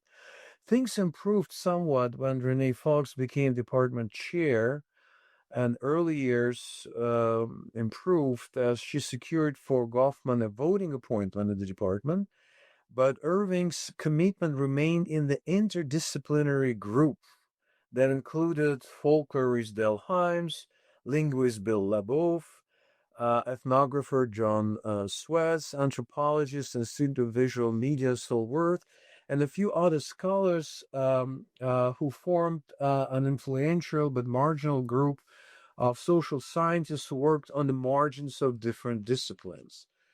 Now, Goffman actually discouraged sociology students from enrolling in graduate program in sociology. He told Gary Fine, no, just go to anthropology, go to something else. He told other students, sign up for linguistics. This is a real science, not sociology. And yet at the end, he would run for ASA presidency. Now, that is quite a change. Maybe we'll have time to discuss that as well. Yes, we will come to that, definitely. But I wanted to turn to something you mentioned at the end of our discussion of gambling, which is gender and sex. There's a chapter in your book called Gender and Sex, which I think it's, in some ways, I think it is the most eye-opening chapter, at least for me, when I was reading it. This discusses Goffman's change in views around gender and is perhaps less change in views on sex, primarily during the 70s. Given this is perhaps less well known than other parts of Goffman's work, can you just describe to us the key shifts that happened or didn't happen around Goffman's views on gender and sex in the 70s? Right. As I mentioned before, Goffman's work on gambling, where he equated manliness with character and character with manliness, and indeed the term virtue, I would point out, comes from from man. For ancient Romans, virtue means manliness, right? And in a way, Goffman follows the same track. Now, after his wife died, Goffman began to explore new research vistas. One subject that attracted his attention was the social construction of gender. Prior to his move to Penn, his colleagues kind of saw him as a sexist writer. There was an interesting Nebraska feminist collective that did content analysis of Goffman's work, such as Encounters and others, that pointed out that Goffman's language was exceedingly sexist, even by the standards of the time. So they lifted up several usages that Goffman introduced, and I found some more where Goffman talks about a child's portion of manliness. the individual who can show what kind of a guy he is. Sociology is a person who retained the sacred for his friends, his wives, and himself. Goffman's views of spousal duties were conservative, to say the least. I quote, "In our society, to speak of a woman as one's wife is to place this person into a category with a full array of socially standardized anticipations. For example, that wife will look after the house, entertain our friends, and be able to bear children." The familiar theme of conspicuous consumption describes how husbands in modern society have the job of acquiring socioeconomic status, and wives' job is to display conspicuously their achievement. Now, that's pretty sexist, wouldn't you say so? Later on, when Goffman was confronted by Mary Jo Deegan, who was part of this Nebraska feminist collective, he said, "Oh, come on, I was joking. I was just ironic, right? And if you can't understand that this language is not my real attitude to women, yes, but let's examine some memoirs and interviews that I collected, and we see that actually there's more truth that Goffman was willing to acknowledge." When queried about such sexist locutions, as I said, Goffman did not own up to them. Jane Prather, a Berkeley student, remembers how in the spring of 1967, after she gave birth to a daughter, she came to confer with Goffman about her thesis that they agreed she would write with his mentorship. And Goffman told her, "Why don't you just go home, raise your child, and forget about graduate school?" Furious, Jane Prather remonstrated about her determination to pursue scholarship work until Goffman relented with his quip, okay, you can be like the Britisher and just get a nanny so you can write your dissertation." In her memoir, Anne Swidler, now professor at Berkeley, recounts this episode when she asked Goffman, and she was house sitting for Goffman at Cambridge at the time. She asked Goffman for advice on the graduate program sociology that she would hope to apply, and Goffman said that Berkeley was the best place for graduate studies in sociology, and then he added, "There's no point for you going to the graduate school. The same things happen over and over again. The best looking woman in the cohort marries the smartest man and she drops out." That's pretty much what happened to Skye Goffman, who abandoned her scholarly work to devote herself to her husband's career, with Erving's fully expecting her to shoulder the weight of domestic chores, to edit his manuscripts, to type them out, in addition to whatever else comes with the territory. Now, in 1964, Kyler Goffman cut her life short. I'm sorry. The tragedy struck Goffman to the core and affected his research agenda. Sharika Van supplied a very interesting details how Goffman came in the possession of women's magazines, picturing women in advertisement, posed for certain ways, and how Goffman, based on that find that Sharika Van and Erving discovered in some flea market in Berkeley area, prepared a slideshow that started his work on gender advertisement and gender construction. In 1968, Goffman gave a talk which was attended by some 30 Bay Area female PhDs. Not a single man was allowed to attend this gathering. The presentation took place at Sharika Van's home, and it featured slides from popular magazines depicting women. E.G. probably expected a sympathetic reaction from female audience, but he must have been disappointed. Critical comments stressed that Goffman mistook advertised photos used in advertisement, where women were posed to please the viewer as a sign of how they behave in real life. Some students like Magalis or Fadi Larson also pointed out that Goffman didn't give enough credit to Rachel Conrad, who is the one who pointed this kind of deficiency in Goffman. He didn't give enough credit to Leni Weissman's pioneering work, where she compared children books, pictures of boys and girls, showing that there's systematic biases right there. Goffman footnotes this work, but he doesn't give much credit otherwise, which obviously influenced his own attempt to use visual media to do his research.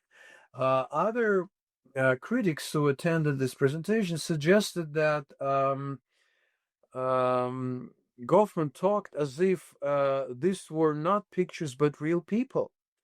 Goffman took at face value iconic images of women in the ads, ignoring the fact that models were posed by photographers to strike stereotypical poses. Early Hochschild, who had a close intellectual relationship with Erving, expressed Kinder's reservations about Goffman's reading of gender advertisements, which depicted women as differential, passive, childlike creatures ready to submit to male authority. The treatment she contrasted to how Goffman presented Wiley Pretty, a fictional character in the presentation of self, who deftly used all manners of tricks to manipulate his self-image and prove oneself to be a strategic actor. Goffman's message, man is to woman as parent is to child, did not do justice to female agency, according to Hochschild. She contended that Goffman's conceptual arsenal had many more important tools available to him that he did not deploy in study of gender. Now, Goffman gave a more nuanced treatment of the subject in his article, The Arrangement Between the Sexes, where he paraphrased Marx, insisting that gender, not religion, is the opiate of the masses. Now, common sense pins gender difference on biology, but and there are some visual differences, so-called sexual dimorphism characteristics. Based on visible markers, men and women are sorted out into basic sex classes and encouraged to meaning cultural stereotypes about what is essential about their sexual natures. Goffman calls such hackneyed blueprints genderism, or sexist genderism, which carry with them status and life chances implication. Or as Goffman writes, the social roles of men and women are markedly differentiated. This giving to women the lesser rank and power, restricting women's use of public spaces, excluding women from warfare and hunting, and often from religious and political offices. And more than the males, the female finds herself centered around household duties. So in this theory, Goffman clearly was among the pioneers of gender studies. Now, he wasn't that original, I should add. There are other scholars who are barking up that tree, but Goffman certainly added his verbally dexterous way of analyzing the difference of societies, introduce as if they were a matter of nature, but in fact they're matters of culture. So the response to Goffman's effort this time around was generally positive, even though commentators expressed certain skepticism about the assumptions that are there in his work. Anatole Broyard published a review in the New York Times where he pointed out that advertising represents a schedule for socialization, but advertising is not only read as a parody these days, but is intended as a parody as well. And to say that that's what you can infer about how sexes are different in our society is stretching the point. Now, I would suggest a more nuanced approach. Even if stereotyped, right? Even if exaggerated and parodied, This advertisement postings and pictures indeed tells us something about the way genders are distinguished, even though real life provides a far more nuanced distinctions that are available here. Another issue that comes up in his new research agenda is human sexuality. In the arrangement between the sexes, Goffman offered this definition of sexuality. By sexuality, I will refer to patterns of activity involving sexual stimulation, sexual experience, and the adumbration of inducement to the activities taking a cultural specific form of appearance in dress, style, gesture, face work, and the like. Now, we should bear in mind that sexuality is a difficult subject to tackle under any circumstances. The issue of tact, privacy, imprints on the researcher's agenda. So I had to trade gingerly exploring Goffman's sexuality. But since he writes about it rather abundantly, I felt it would be important to take up the subject. There is enough material deposited in the Erving Goffman archives to raise the issue and compare his treatment of gender with his treatment of sexuality. Now, people familiar with Goffman's in Toronto and Chicago and elsewhere report that Erving was well known on campus for his romantic exploits. He was quite the Romeo and enjoyed the company of the opposite sex, writes one of the Observer. Erving appeared to be quite normal and inquisitive as a teenager, living through Esquire magazines, identifying sexy pictures and trading stories and observations with his buddies, Dauphin and later on Winnipeg. Now, more engaging and interesting in the context of Goffman's theories is a story of Erving carrying around a volume of Malinowski's The Sexual Lives of the Savages to impress potential college mates. And this is quite a huge volume if you're familiar with it. And when asked, what's the point? Why are you doing this? Well, that's impressive, isn't it? So he knew how to use impression management techniques even in such eras. Now, Goffman's views on sexual relations didn't seem to evolve as far as his views on gender inequality. He sounded rather conventional in his statements on the subject. He writes, sexual intercourse in our society is preferably carried on under the involvement shield of darkness. For darkness can allow participants to enjoy some of the liberty of not being in a sexual situation at all. Thus, in the well-adjusted marriages, Goffman writes, we expect that each partner may keep from the other secrets having to do with finances, past experiences, current flirtations, sex engagements, indulgences in bad, expensive habits, personal aspirations, and so on and so forth. With such strategically located points of reticence, it is possible to maintain a reasoned desirable status quo in a marital relationship.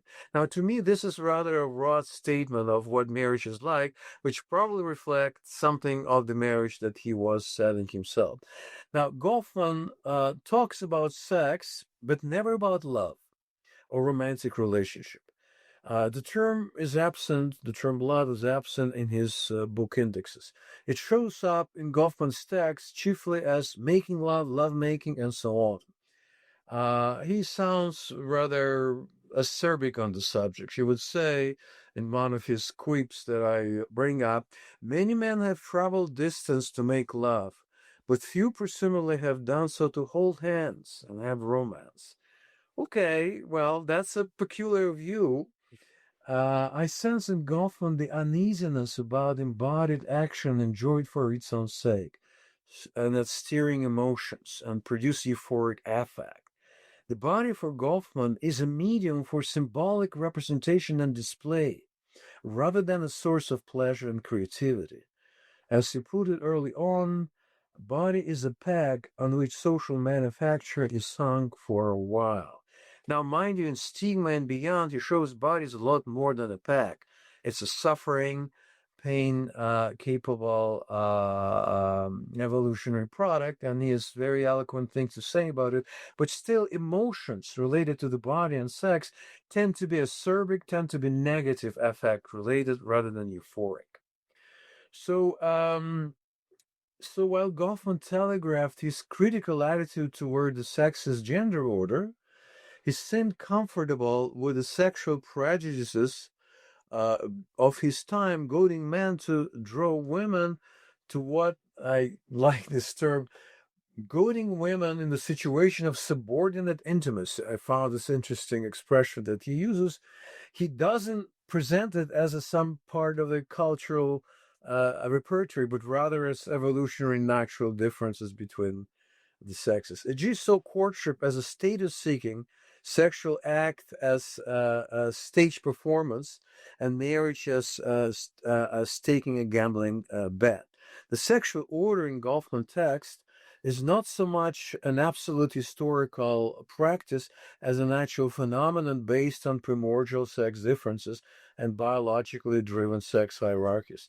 His approach to sexual order contrasts with Goffman's critique of the gender order.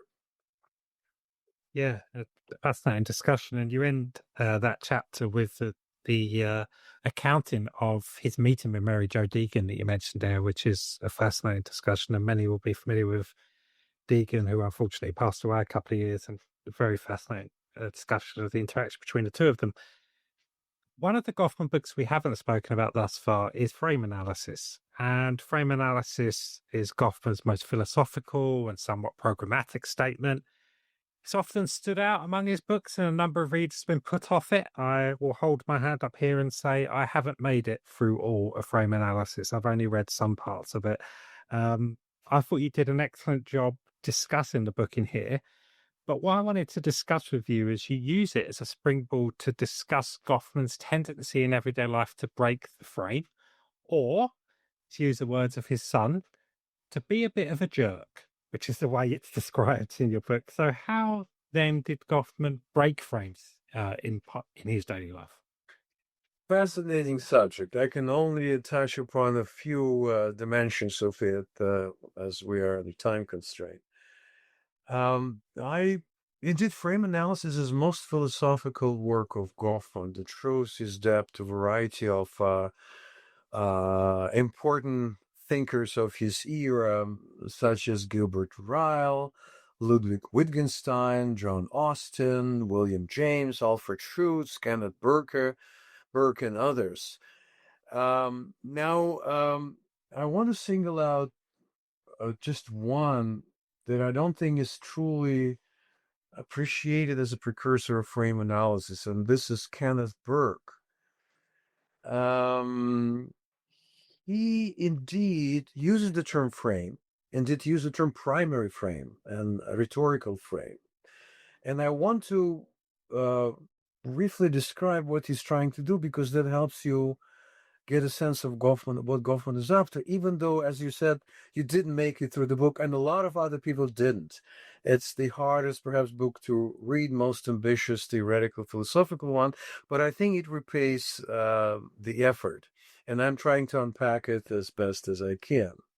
A rhetorical frame for Burke commits one to a certain way of seeing the world. Yet when we apply this rhetorical frame, any rhetorical frame, and there's a whole bunch of them, to empirical reality, we cannot escape contradictions. We always run into trouble. Marxists frame their discourse as based on objective impersonal forces, socioeconomic conditions that drive human agents toward a blissful communist society through inevitable laws, iron laws, and Marx, Buddha, and so on.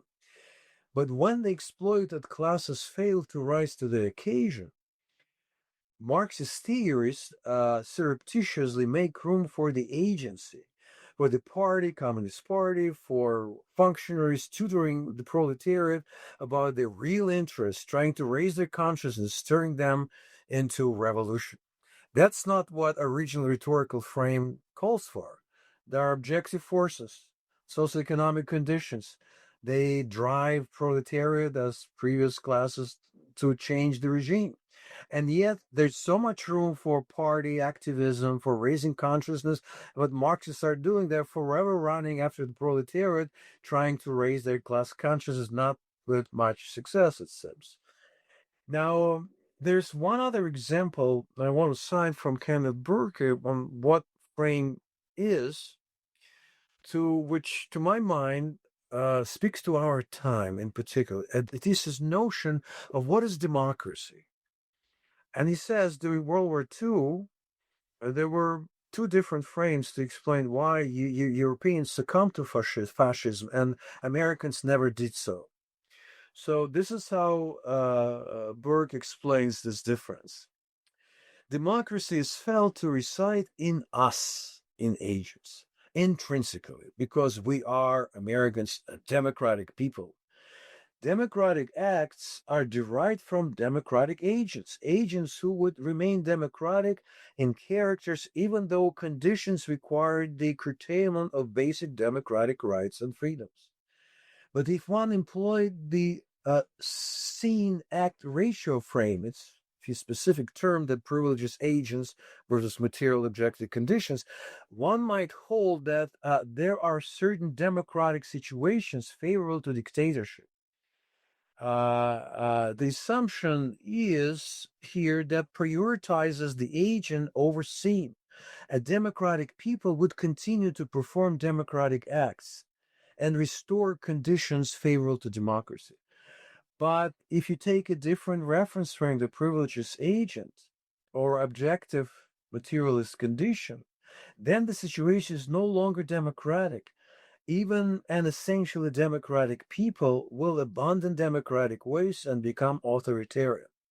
So he shows how you can take any situation and put in it construction, certain kind of frame. So in one frame, something about Germans that makes them susceptible to fascism. But Americans, no, that never could happen here. Well, I wonder if we take a closer look at what's going on in our country, whether we might have a second thought on this subject. Now, of special interest in Goffman's frame analysis is the device that he calls frame breaking, that generates some kind of negative emotions, negative experience. An example is the game of dozens. In this frame breaking exercise, participants send someone on fool's errand, pull each other's legs, fabricate an unstable environment to unsettle the butt. There is an ever-present danger in such exercises that playing a practical joke and trading mock insults could escalate into real-life fights, which start by testing the agent's self-control and end up drawing real blood. Figuratively, and sometimes literally, the blood is drawn in such frame-breaking exercise. When what seems like a normal situation of a game becomes normal situations of real insight and put down. The question confronting the agent, entangled in frame-breaking behavior, is to decide what's really going on here. Which frame is at work on display? Is it just a friendly put-down or a full-fledged verbal assault? Comedians are experts in this game, and they furnished many useful examples to the author of frame analysis when he deals with frame-shattering exercises. For instance, one joke would go, that's not the one Goffman cites. Life begins at conception, the priest opines. Oh no, it starts at birth, counters the minister. The rabbi chimes in. I'll tell you what, it is when the dog dies and kids move out of the house. That's when life begins. Much comedy works this way. That's an exercise in frame breaking. We are put into one frame and then find ourselves in another one as we suddenly lose our blinders. The payoff is the enlightenment that comes with the realization that more than one perspective Perspective bears on the issue that we can reframe the situation and laugh at our own predicament.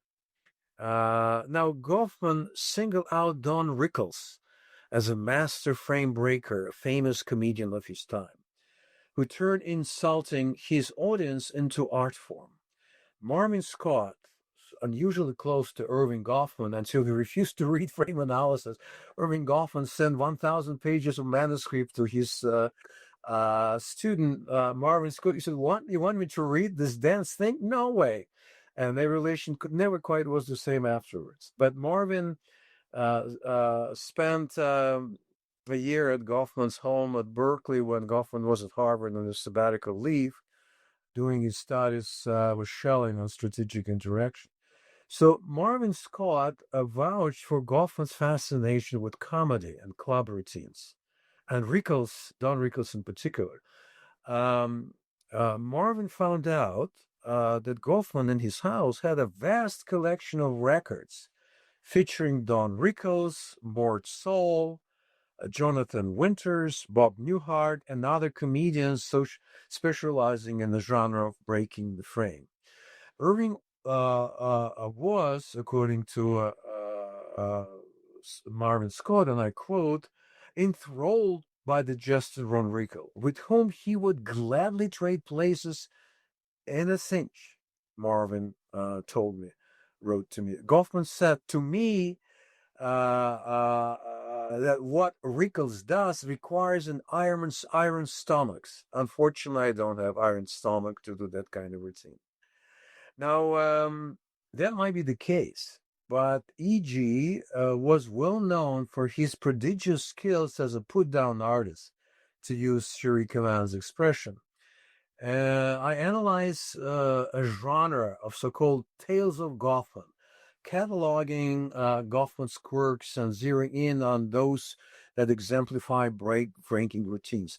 Indeed, I make a case that many of real-life put-downs and frame-breaking exercises that various relatives and students and colleagues report actually find their theoretical placement in his writings, in frame analysis in particular, where you see how indeed frame breaking works. Here are perhaps a couple examples.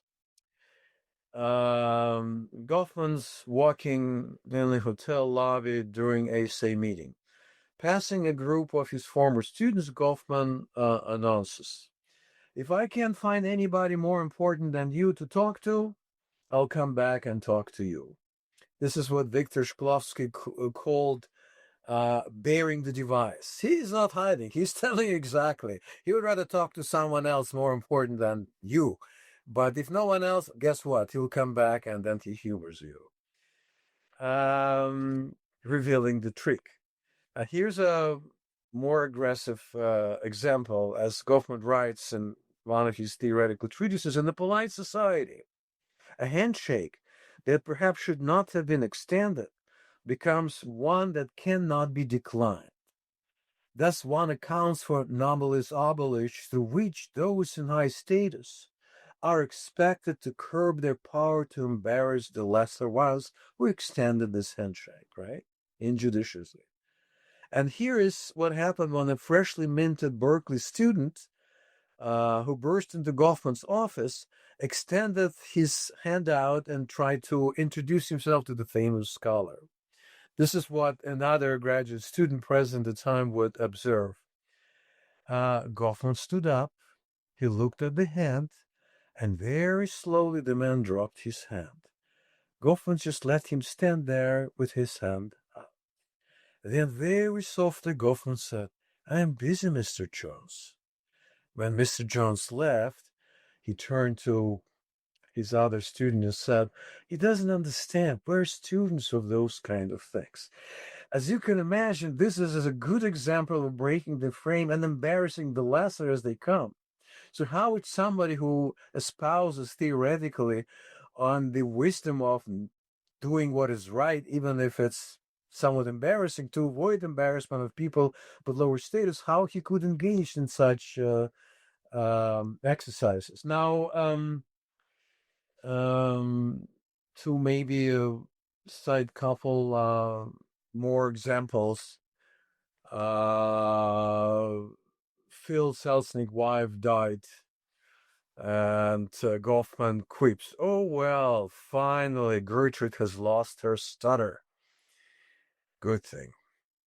And when he attended the memorial service for his father, he was late, as he often was. Everybody was sitting there, and Erving chimes in, "Oh, I see everybody is observing what anthropologists call rituals of mourning." This is his father in a coffin, and everybody remembering him. Now, you wonder, why would Goffman do so? What's the point? And the argument that I make is that Goffman did not make much of a distinction between the life of a scholar and everyday life of a man. That he was really engaged in non-stop ethnographic examination. That he was a student of demeanor while he acted often demeaning. The student of civility, that he often violated the rules of civility. That was his way of what another famous rule breakers, Garfinkel, would also use as a trust-breaching experiment. That was for him a way to kind of see how people behave, how they would respond.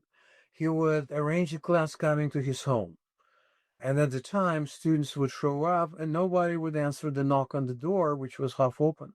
And they would stand up and wondering what's going on. And there's no one. Half an hour later, people begin to leave.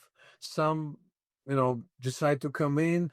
And Goffman is somewhere at a distance, observing, taking notes, and then starting class reporting what he observed, why their behavior exemplifies certain things.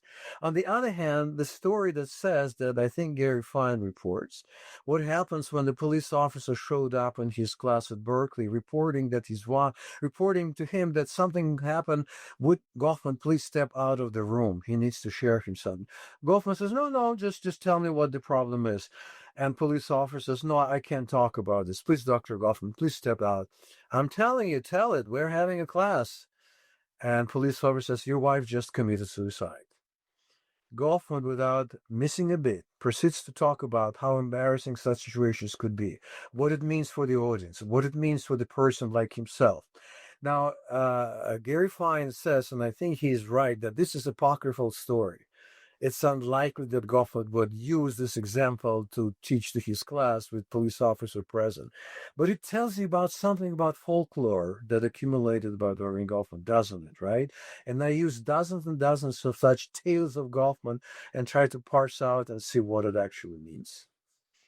Yeah, as you said, there's loads of tales of Goffman there, and absolutely fascinating ones. While you were speaking, I was reminded, C. Wright Mills makes that distinction between doing sociology and being a sociologist, where, some people do sociology, where it's the methodological Leaving for tools. sociology and leaving off sociology, there was actually... Yes, exactly. Yeah, the living sociology and living off sociology. Exactly, yes. And Goffman was definitely someone who lived it in many ways. It was, as you say in the book, and as you said there, it's very much, he's someone who lives the life, the scholar, in so many ways. So coming towards the end of his life, you then recount, as we enter the late 70s and early 80s, Goffman begins to give interviews. He'd been reluctant to give interviews before. You mentioned earlier he gave an interview to Time magazine, but that was somewhat the exception to the rule. He begins to talk about his Jewishness a bit more, something that he had been reluctant to do. And as we've already mentioned, he takes everyone by surprise in 1981 by agreeing to be nominated for president of the American Sociological Association, which he easily wins election to. And obviously, as we've discussed, he'd been somewhat distanced from sociology, both from sociology and by himself, for quite a while. But of course, this period is also one of tragedy, as Goffman is taken ill and dies quite quickly after his cancer diagnosis, never getting to deliver his presidential address. And anyone who's read his presidential address, The Intellection Order, will know that it starts with that very Goffmanian discussion of what it is to write a speech that's never actually going to be delivered and now is being written as an article, etc. So I guess the question I'd want to ask is, What do you believe were the reasons that explained this shift in Erving before he died? This willingness to give interviews, talk about his Jewishness, to become part of the ASA once again. What were the reasons for these changes in him?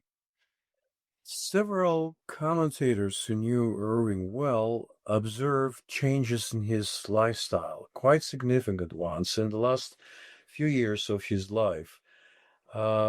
Goffman agreed to sit down for interviews, something he refused to do through most of his life, engaged in extended conversations with his critics, collaborated on a volume of critical studies devoted to his scholarship, owned up to his Jewish roots and spoke about the Holocaust, and agreed to stand for election as a president of the American Sociological Associations.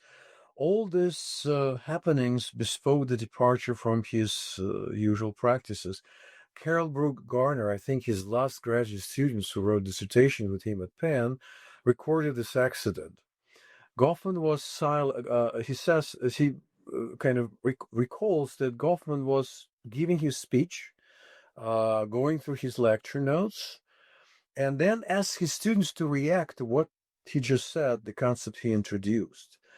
And one tenacious student pointed out to the weakness in Goffman's argument. This is what happened next, Carol Brooks Garner told me. Goffman was silent for a moment, then tears filled his eyes briefly. And he said, it's easy to criticize. And then he proceeded with his lecture. Now, that's quite a change. What an occasion for Goffman to break the frame, to do something nasty. No. That showed that something was afoot. Now, several reasons could be adduced for this change. For one thing, he met a special with partner, Gillian Sankoff, who was a very important part of his life in the last 2 years in the late 1980s and the first years of 1970s and first years of 1980s. He died in November of 1982. The birth of his daughter must have affected him as well. There were signs that E.G. began to feel his mortality. He once told his friend Pagoda, "Look at these books," he showed in his study, and his enormous library. "What about them?" she said. "These are dead books. Nobody reads them anymore." He says, "What do you mean? It's true in every discipline, in every field, art, sociology." And Goffman says, "Yeah, this is true, but isn't it sad?" There was something on his mind that I think was pointing that he was thinking about his mortality, about his legacy. And some of the changes that I record, I believe, showed that he may be approaching some kind of threshold. I think he knew something was wrong with his health way before he let know to other people. Now, it is unclear when exactly Erving knew something was seriously wrong with his health, but it must have been well before he checked into the hospital. He did so on the advice and at the urging of his son, Tom Goffman, a third-year resident in internal medicine at Georgetown, who told his father to see a specialist immediately upon hearing about his symptoms. In the summer of 1982, Goffman was vomiting blood, a grave augury for a non-smoker, a light drinker. Tom's father, who detested going to doctors and dentists, put off the decision to run diagnostics for a long time after he felt the first twinges of serious stomach pain. That probably happened in early 1982, if not late 1981. Nothing serious, Erving thought, perhaps a bit of ulcer. He even traveled to London with his family in early 1980s, visiting Liz Boat-Spilius, his good friend and one-time romantic partner at the University of Chicago. He kept in touch with her, and his son Tom visited Liz as well. And then after this visit, Goffman called her and said, "There are things I left some silver I think he bought in London. Please send it to Gillian. And Lise both said, that's not why you're calling. What else is going on? And she said that they talked about mortality and pending death of Erving Goffman. So as Lise says, we said goodbye to each other as best as we could. Now, Tom Goffman kept a close watch on the progress of his father's illness. He supplied important details. Multiple myeloma, he wrote to me, was his diagnosis. E.g., died with a belly full of MM, involving the stomach and small and large intestines. The cancer proved it unresponsive to chemotherapy and radiation.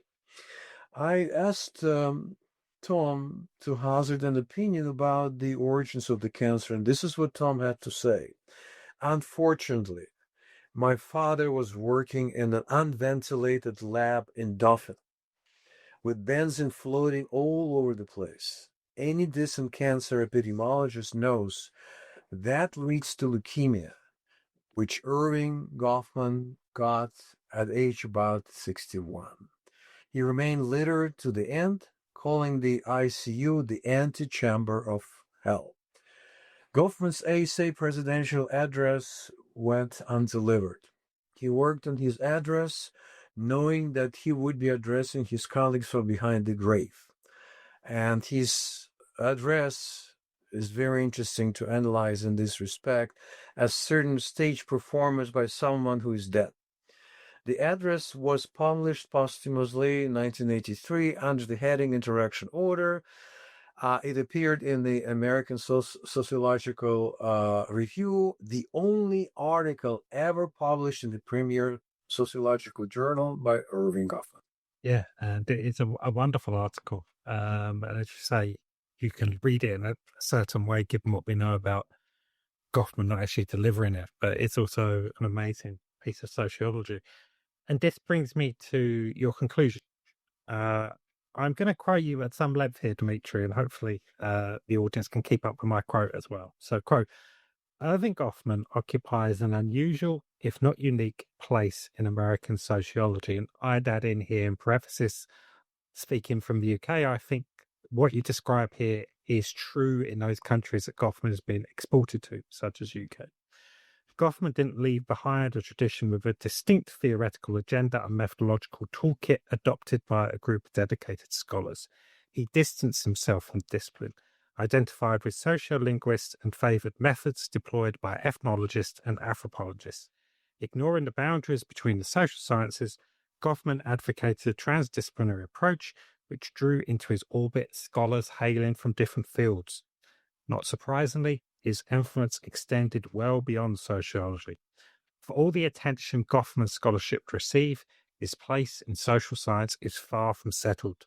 Check the reference sources, and you will find assessments that bespeak his colleagues' uneasiness about his legacy. And indeed, and you discuss these different influences and difference in legacies. But in the conclusion, you're off this fascinating note, and you've touched upon this a couple of times. I wanted to give you a chance to speak upon it more. You talk about how we can understand Goffman, the interaction order, and democracy. So can you tell us a bit about what you think Goffman's value is here? There's a reason why most of citations to Goffman works are outside of the discipline of sociology.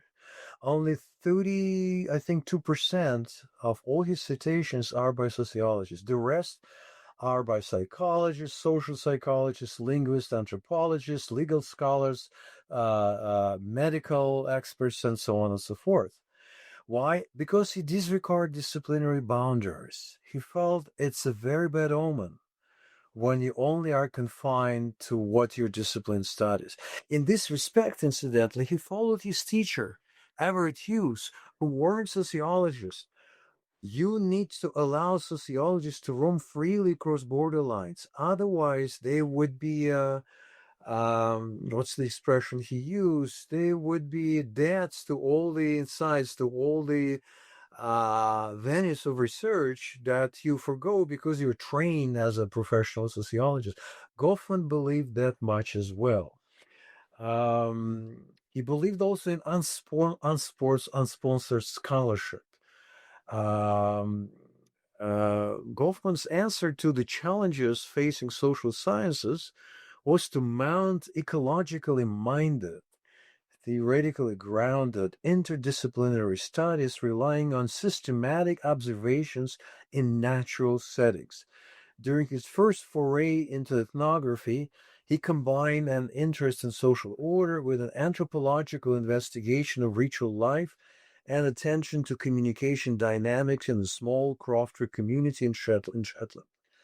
His second fieldwork dealt with mental illness, the subject matter of psychiatry, which he merged with an inquiry into the organizational dynamics and underlife in total institutions. Next, he spent several years studying gambling establishments in Nevada, which afforded him a glimpse into a culture valorizing risk taking. In the late 1960s, he began to join forces with linguists, ethologists, and did pioneering research based on the assumption that students of language and communication can benefit from close attention to group life and social interaction.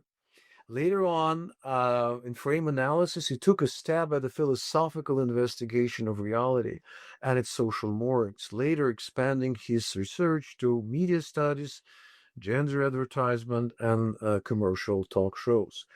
Built into his approach was an understanding that social reality doesn't come to us with a boilerplate attesting to its anthro, psycho, or sociological status. Such disciplinary markers reflect the bureaucratic rationalizations and departmentalization process which all too often result in iron cage consequences. To counter such a possibility, Goffman used any kind of data that promised to eliminate his concerns: biographies, novels, poetry, and on, in addition to first-hand observation. Now, Iji's forays into neighboring fields were aided by his uncanny ability to discern and label minute social interactions and connect them with the working of larger social formations. As if sensing that his life would be cut short, he kept inventing new conceptual tools and mapping uncharted research domains, raising concerns among critics that he did not follow through on his earlier formulations. Unwilling to do the paradigm and fit his ideas into established school, Goffman dared to write an emotion and follow personal experience, which he elevated above private aperçu and turned into testable proposition.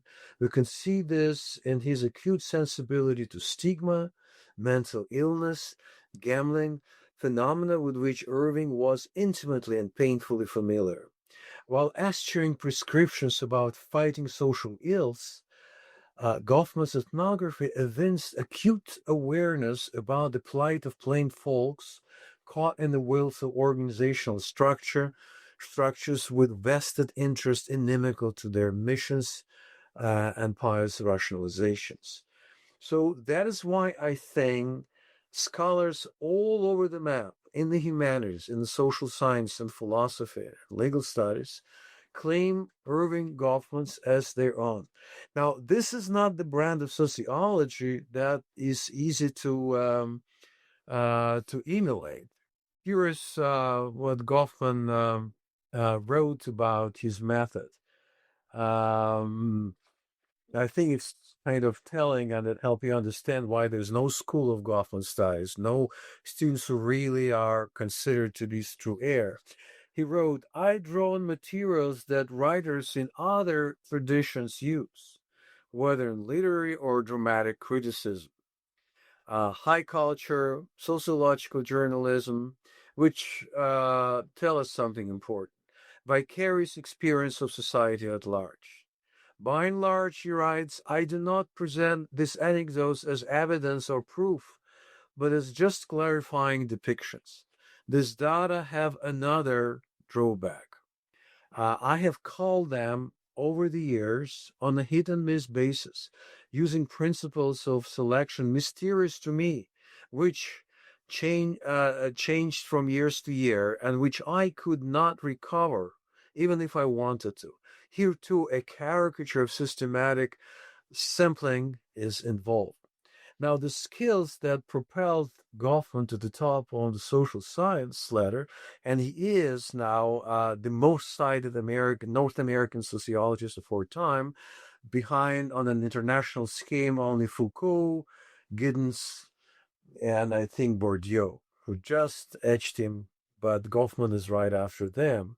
So the skills that propel Goffman to the top of the science prestige aren't taught in school. They're grounded in the ability to find good questions to ask. That is what Maria Rilke advised politically inclined students of society. He wrote, "Don't worry much about answers. Try to love the questions themselves, like locked rooms, like books that are written in a very foreign language. Do not now seek the answers. Leave everything. Leave the questions right now." So Goffman followed a similar creed as he was poetically inclined, when he advised his students to immerse themselves in the field to find out the right questions, important questions to ask. His advice to Marjorie Goodwin was, you don't want to test hypotheses, you want to generate hypotheses. Now, there are issues that Goffman's work raised that he did not address sufficiently. There are problems which I identified that we need to bring up. We need to interrogate Goffman and question some of his insights. Indeed, when Goffman says that face work is at the heart of generating Potemkin village and social reality, I don't think he gives enough credits, enough attention to the fact that face is a means of production of social reality as objective and meaningful. That face work can be turned into face labor, where others, the powers, the authority, expropriate the surplus meaning that we generate. Being born in Russia, I'm very much aware how when I refused to lend my face to the authorities to dramatize official socialist reality could result in my being imprisoned and put in psychiatric ward. But everywhere in America, in Winnipeg, in Canada, in Germany, we are engaged in constructing Potemkin portable villages. And when we refuse to lend our faces and deface the official facades, they begin to crumble, even if we pay the heavy price for that. So democracy is a regime where we kind of socialize means of production of reality, allowing everybody to raise a truth claim, everybody to challenge the status quo, and use our face to put down the reality, to be ironic, to be detached. Even if in the countries like Russia, ironic vigil of dissidents results in a bad damage that they sustain because the brunt of their ironic sarcasm are their loved one, their families, their children, their spouses. So there is a price we paid as face dissidents. Again, I'm going on tangents, which I could explore for a long time. I don't think we have time to quite pursue it any further at this point. Yeah, but as you say, it's absolutely fascinating ways in which Goffman can be used in a whole variety of different ways that he intended and he didn't intend. It's been taken up, as you say, across the disciplines. So I'd like to end by asking you what, during the course of researching and then obviously writing this biography, really sticks with you about Goffman. Perhaps there's something that you didn't know about him or his work before starting that you now think is really important to our understanding of Goffman. What might that be? Well, I could mention a few revelations that I had after I began to study Erving's corpus in earnest and collect documents, interviews, memoirs, and such. My approach to writing Goffman's biography is rooted in pragmatist hermeneutics, which studies how we sign ourselves in the flesh and seeks meaning on the intersection of speaking, acting, and emoting. Pragmatist biographer wants to know how we talk the talk, walk the walk, and I add rock the rock. I knew that Goffman's scholarship intermeshed with his life, but it wasn't until I started collecting interviews and documents in the Goffman archives that I realized that Goffman's entire scholarly corpus is cryptobiographical, that his theories and research incorporated minute episodes of his personal and family history. For a man who peered behind the facades people erect to protect their private selves, that was quite a discovery. Goffman zealously guarded his own backstage, and yet there in plain sight we see his life unfolding. I raised the question: could you read Goffman works as Romana Clef? And in some respect, this is true because the minute details of his personal history, of his wife tragedy, are there encrypted, like Kennedy assassination, starting private foundation. That's exactly what distinguished Sky Goffman. He did start foundation to support blacks and disadvantaged groups in her will. She was very devastated by assassination of John Kennedy and so on. It's right there in Goffman's writing. Another discovery was the fact that Goffman was a student of civility whose standards he flouted, that his demeanor was sometimes intentionally demeaning, as I already mentioned, that his deference willfully deferred, and that his aggressive face work offended those around him. Goffman's infringements on the interaction order were strategic, theoretically significant, and they call for a sociological scrutiny. Goffman's life is a prime example of what I call bias sociologicus, a life dedicated to the science of society with no sharp line separating Goffman the scholar and Goffman the man. EGE interviews, memoirs, and documents reveal Goffman as a participant observer par excellence, constantly exploring, experimenting, testing social convention, charting the boundaries of the interaction order, and intervene in unnerving those around him who take the brunt of his frame-breaking experiment. So Goffman's immersion in his work yielded key insights, but it also took a toll on people around him. And finally, I would mention the macro-sociological importance of Goffman's research and theories. I think his view of society is a big con when those in power stage appearances and those who are underneath are required to keep enthusiasm, to put the show on, is very much attention in his work that needs further exploration, that would move us beyond what Goffman calls loose coupling between macrostructures and interaction order. I think there's more research that needs to be done along these lines that would show how indeed interaction order, microscopic interpersonal dynamics tend to codify what's happening on the macro level.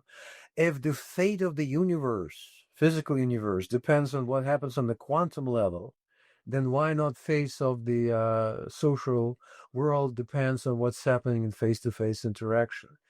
If we use the body gloss of fascism, when we put down people we don't like under the veneer of shared views, we would have consequences. If we use the face work of democratic culture, which valorizes differences, with shared ethos, then we have democracy.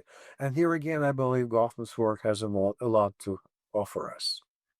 Yes, indeed it does. And I think you've done an excellent job suggesting there what it can offer us. So obviously the biography is done now. You've done the work on it. The archives existed. So what are you turning your attention to now? What's the piece of work you're working on at the moment? Well, very briefly, as I'm petering out fast, a couple short-term projects at my desk, and a longer study, book-length study. Right now, I'm working on a paper for a festschrift celebrating the life and work of Richard Schusterman, a pragmatist thinker and a driving force behind the semi-static school of pragmatist studies. So this is an opportunity for me to connect Richard's work with Richard's life. I even wrote some decades ago or tried to write a song for him, but I will not sing it for you. Um, there's another paper in the works examining the papal encyclicals about human dignity. I'm going over some 1500 years of official pronouncements on the subject, showing how the notion of us being made in the image of God and having dignity changed over time. In fact, in reversing itself and its significance. It was once used to justify the claim that God determines who lives the life of a slave, who must be a soldier, a priest, or a prince, and that everyone must humbly accept one's lot, and that violence will be visited on those who fail to do the face work, to submit to the destiny, and to use whatever level of dignity accorded to you in the larger scheme of things. At the turn of the 20th century, papal decrees sounded a very different tune, using imago Dei, the image of God, precept to justify universal human rights and dignity of labor, the way that it was never stressed when Catholicism, Christianity began its course. And this paper is part of a larger project titled Dignity and Violence. I think this is pretty much the end of the road for us, Matt. Wouldn't you Yes. say? We covered plenty of grounds. We have covered lots of ground and it's been really interesting. So, to wrap it up, as a reminder for our listeners, my guest today was Dmitri Shalin, and we were discussing his book, Erving, Manuel Goffman, Biographical Sources of Sociological Imagination. And we've always lacked a biography of Goffman, for reasons already mentioned here, the closing of his papers and so on and so forth. And the composing of a Goffman biography always seemed a somewhat gargantuan task. But as I'm sure listeners will have been able to tell from this conversation, you've done a really wonderful job of this, Dmitri. You've produced a really important, really valuable biography, which not only tells the story of a really interesting life for all the reasons we mentioned, but in doing so, in all the ways we've discussed in this podcast, gives a number of new ways of looking at Goffman. I was delighted to get the chance to read it and was really pleased to have the chance to discuss it with you, Dmitri. And as amazing as it may be, given how much time we've spoken, we haven't covered everything that's in the book. There's still things that are in there we haven't discussed. No, it didn't. So, Dmitri, thanks very much for joining us. Thank you, Matt. I appreciate the fact that you pay attention to works in sociology that are perhaps off the beaten track. It was a pleasure.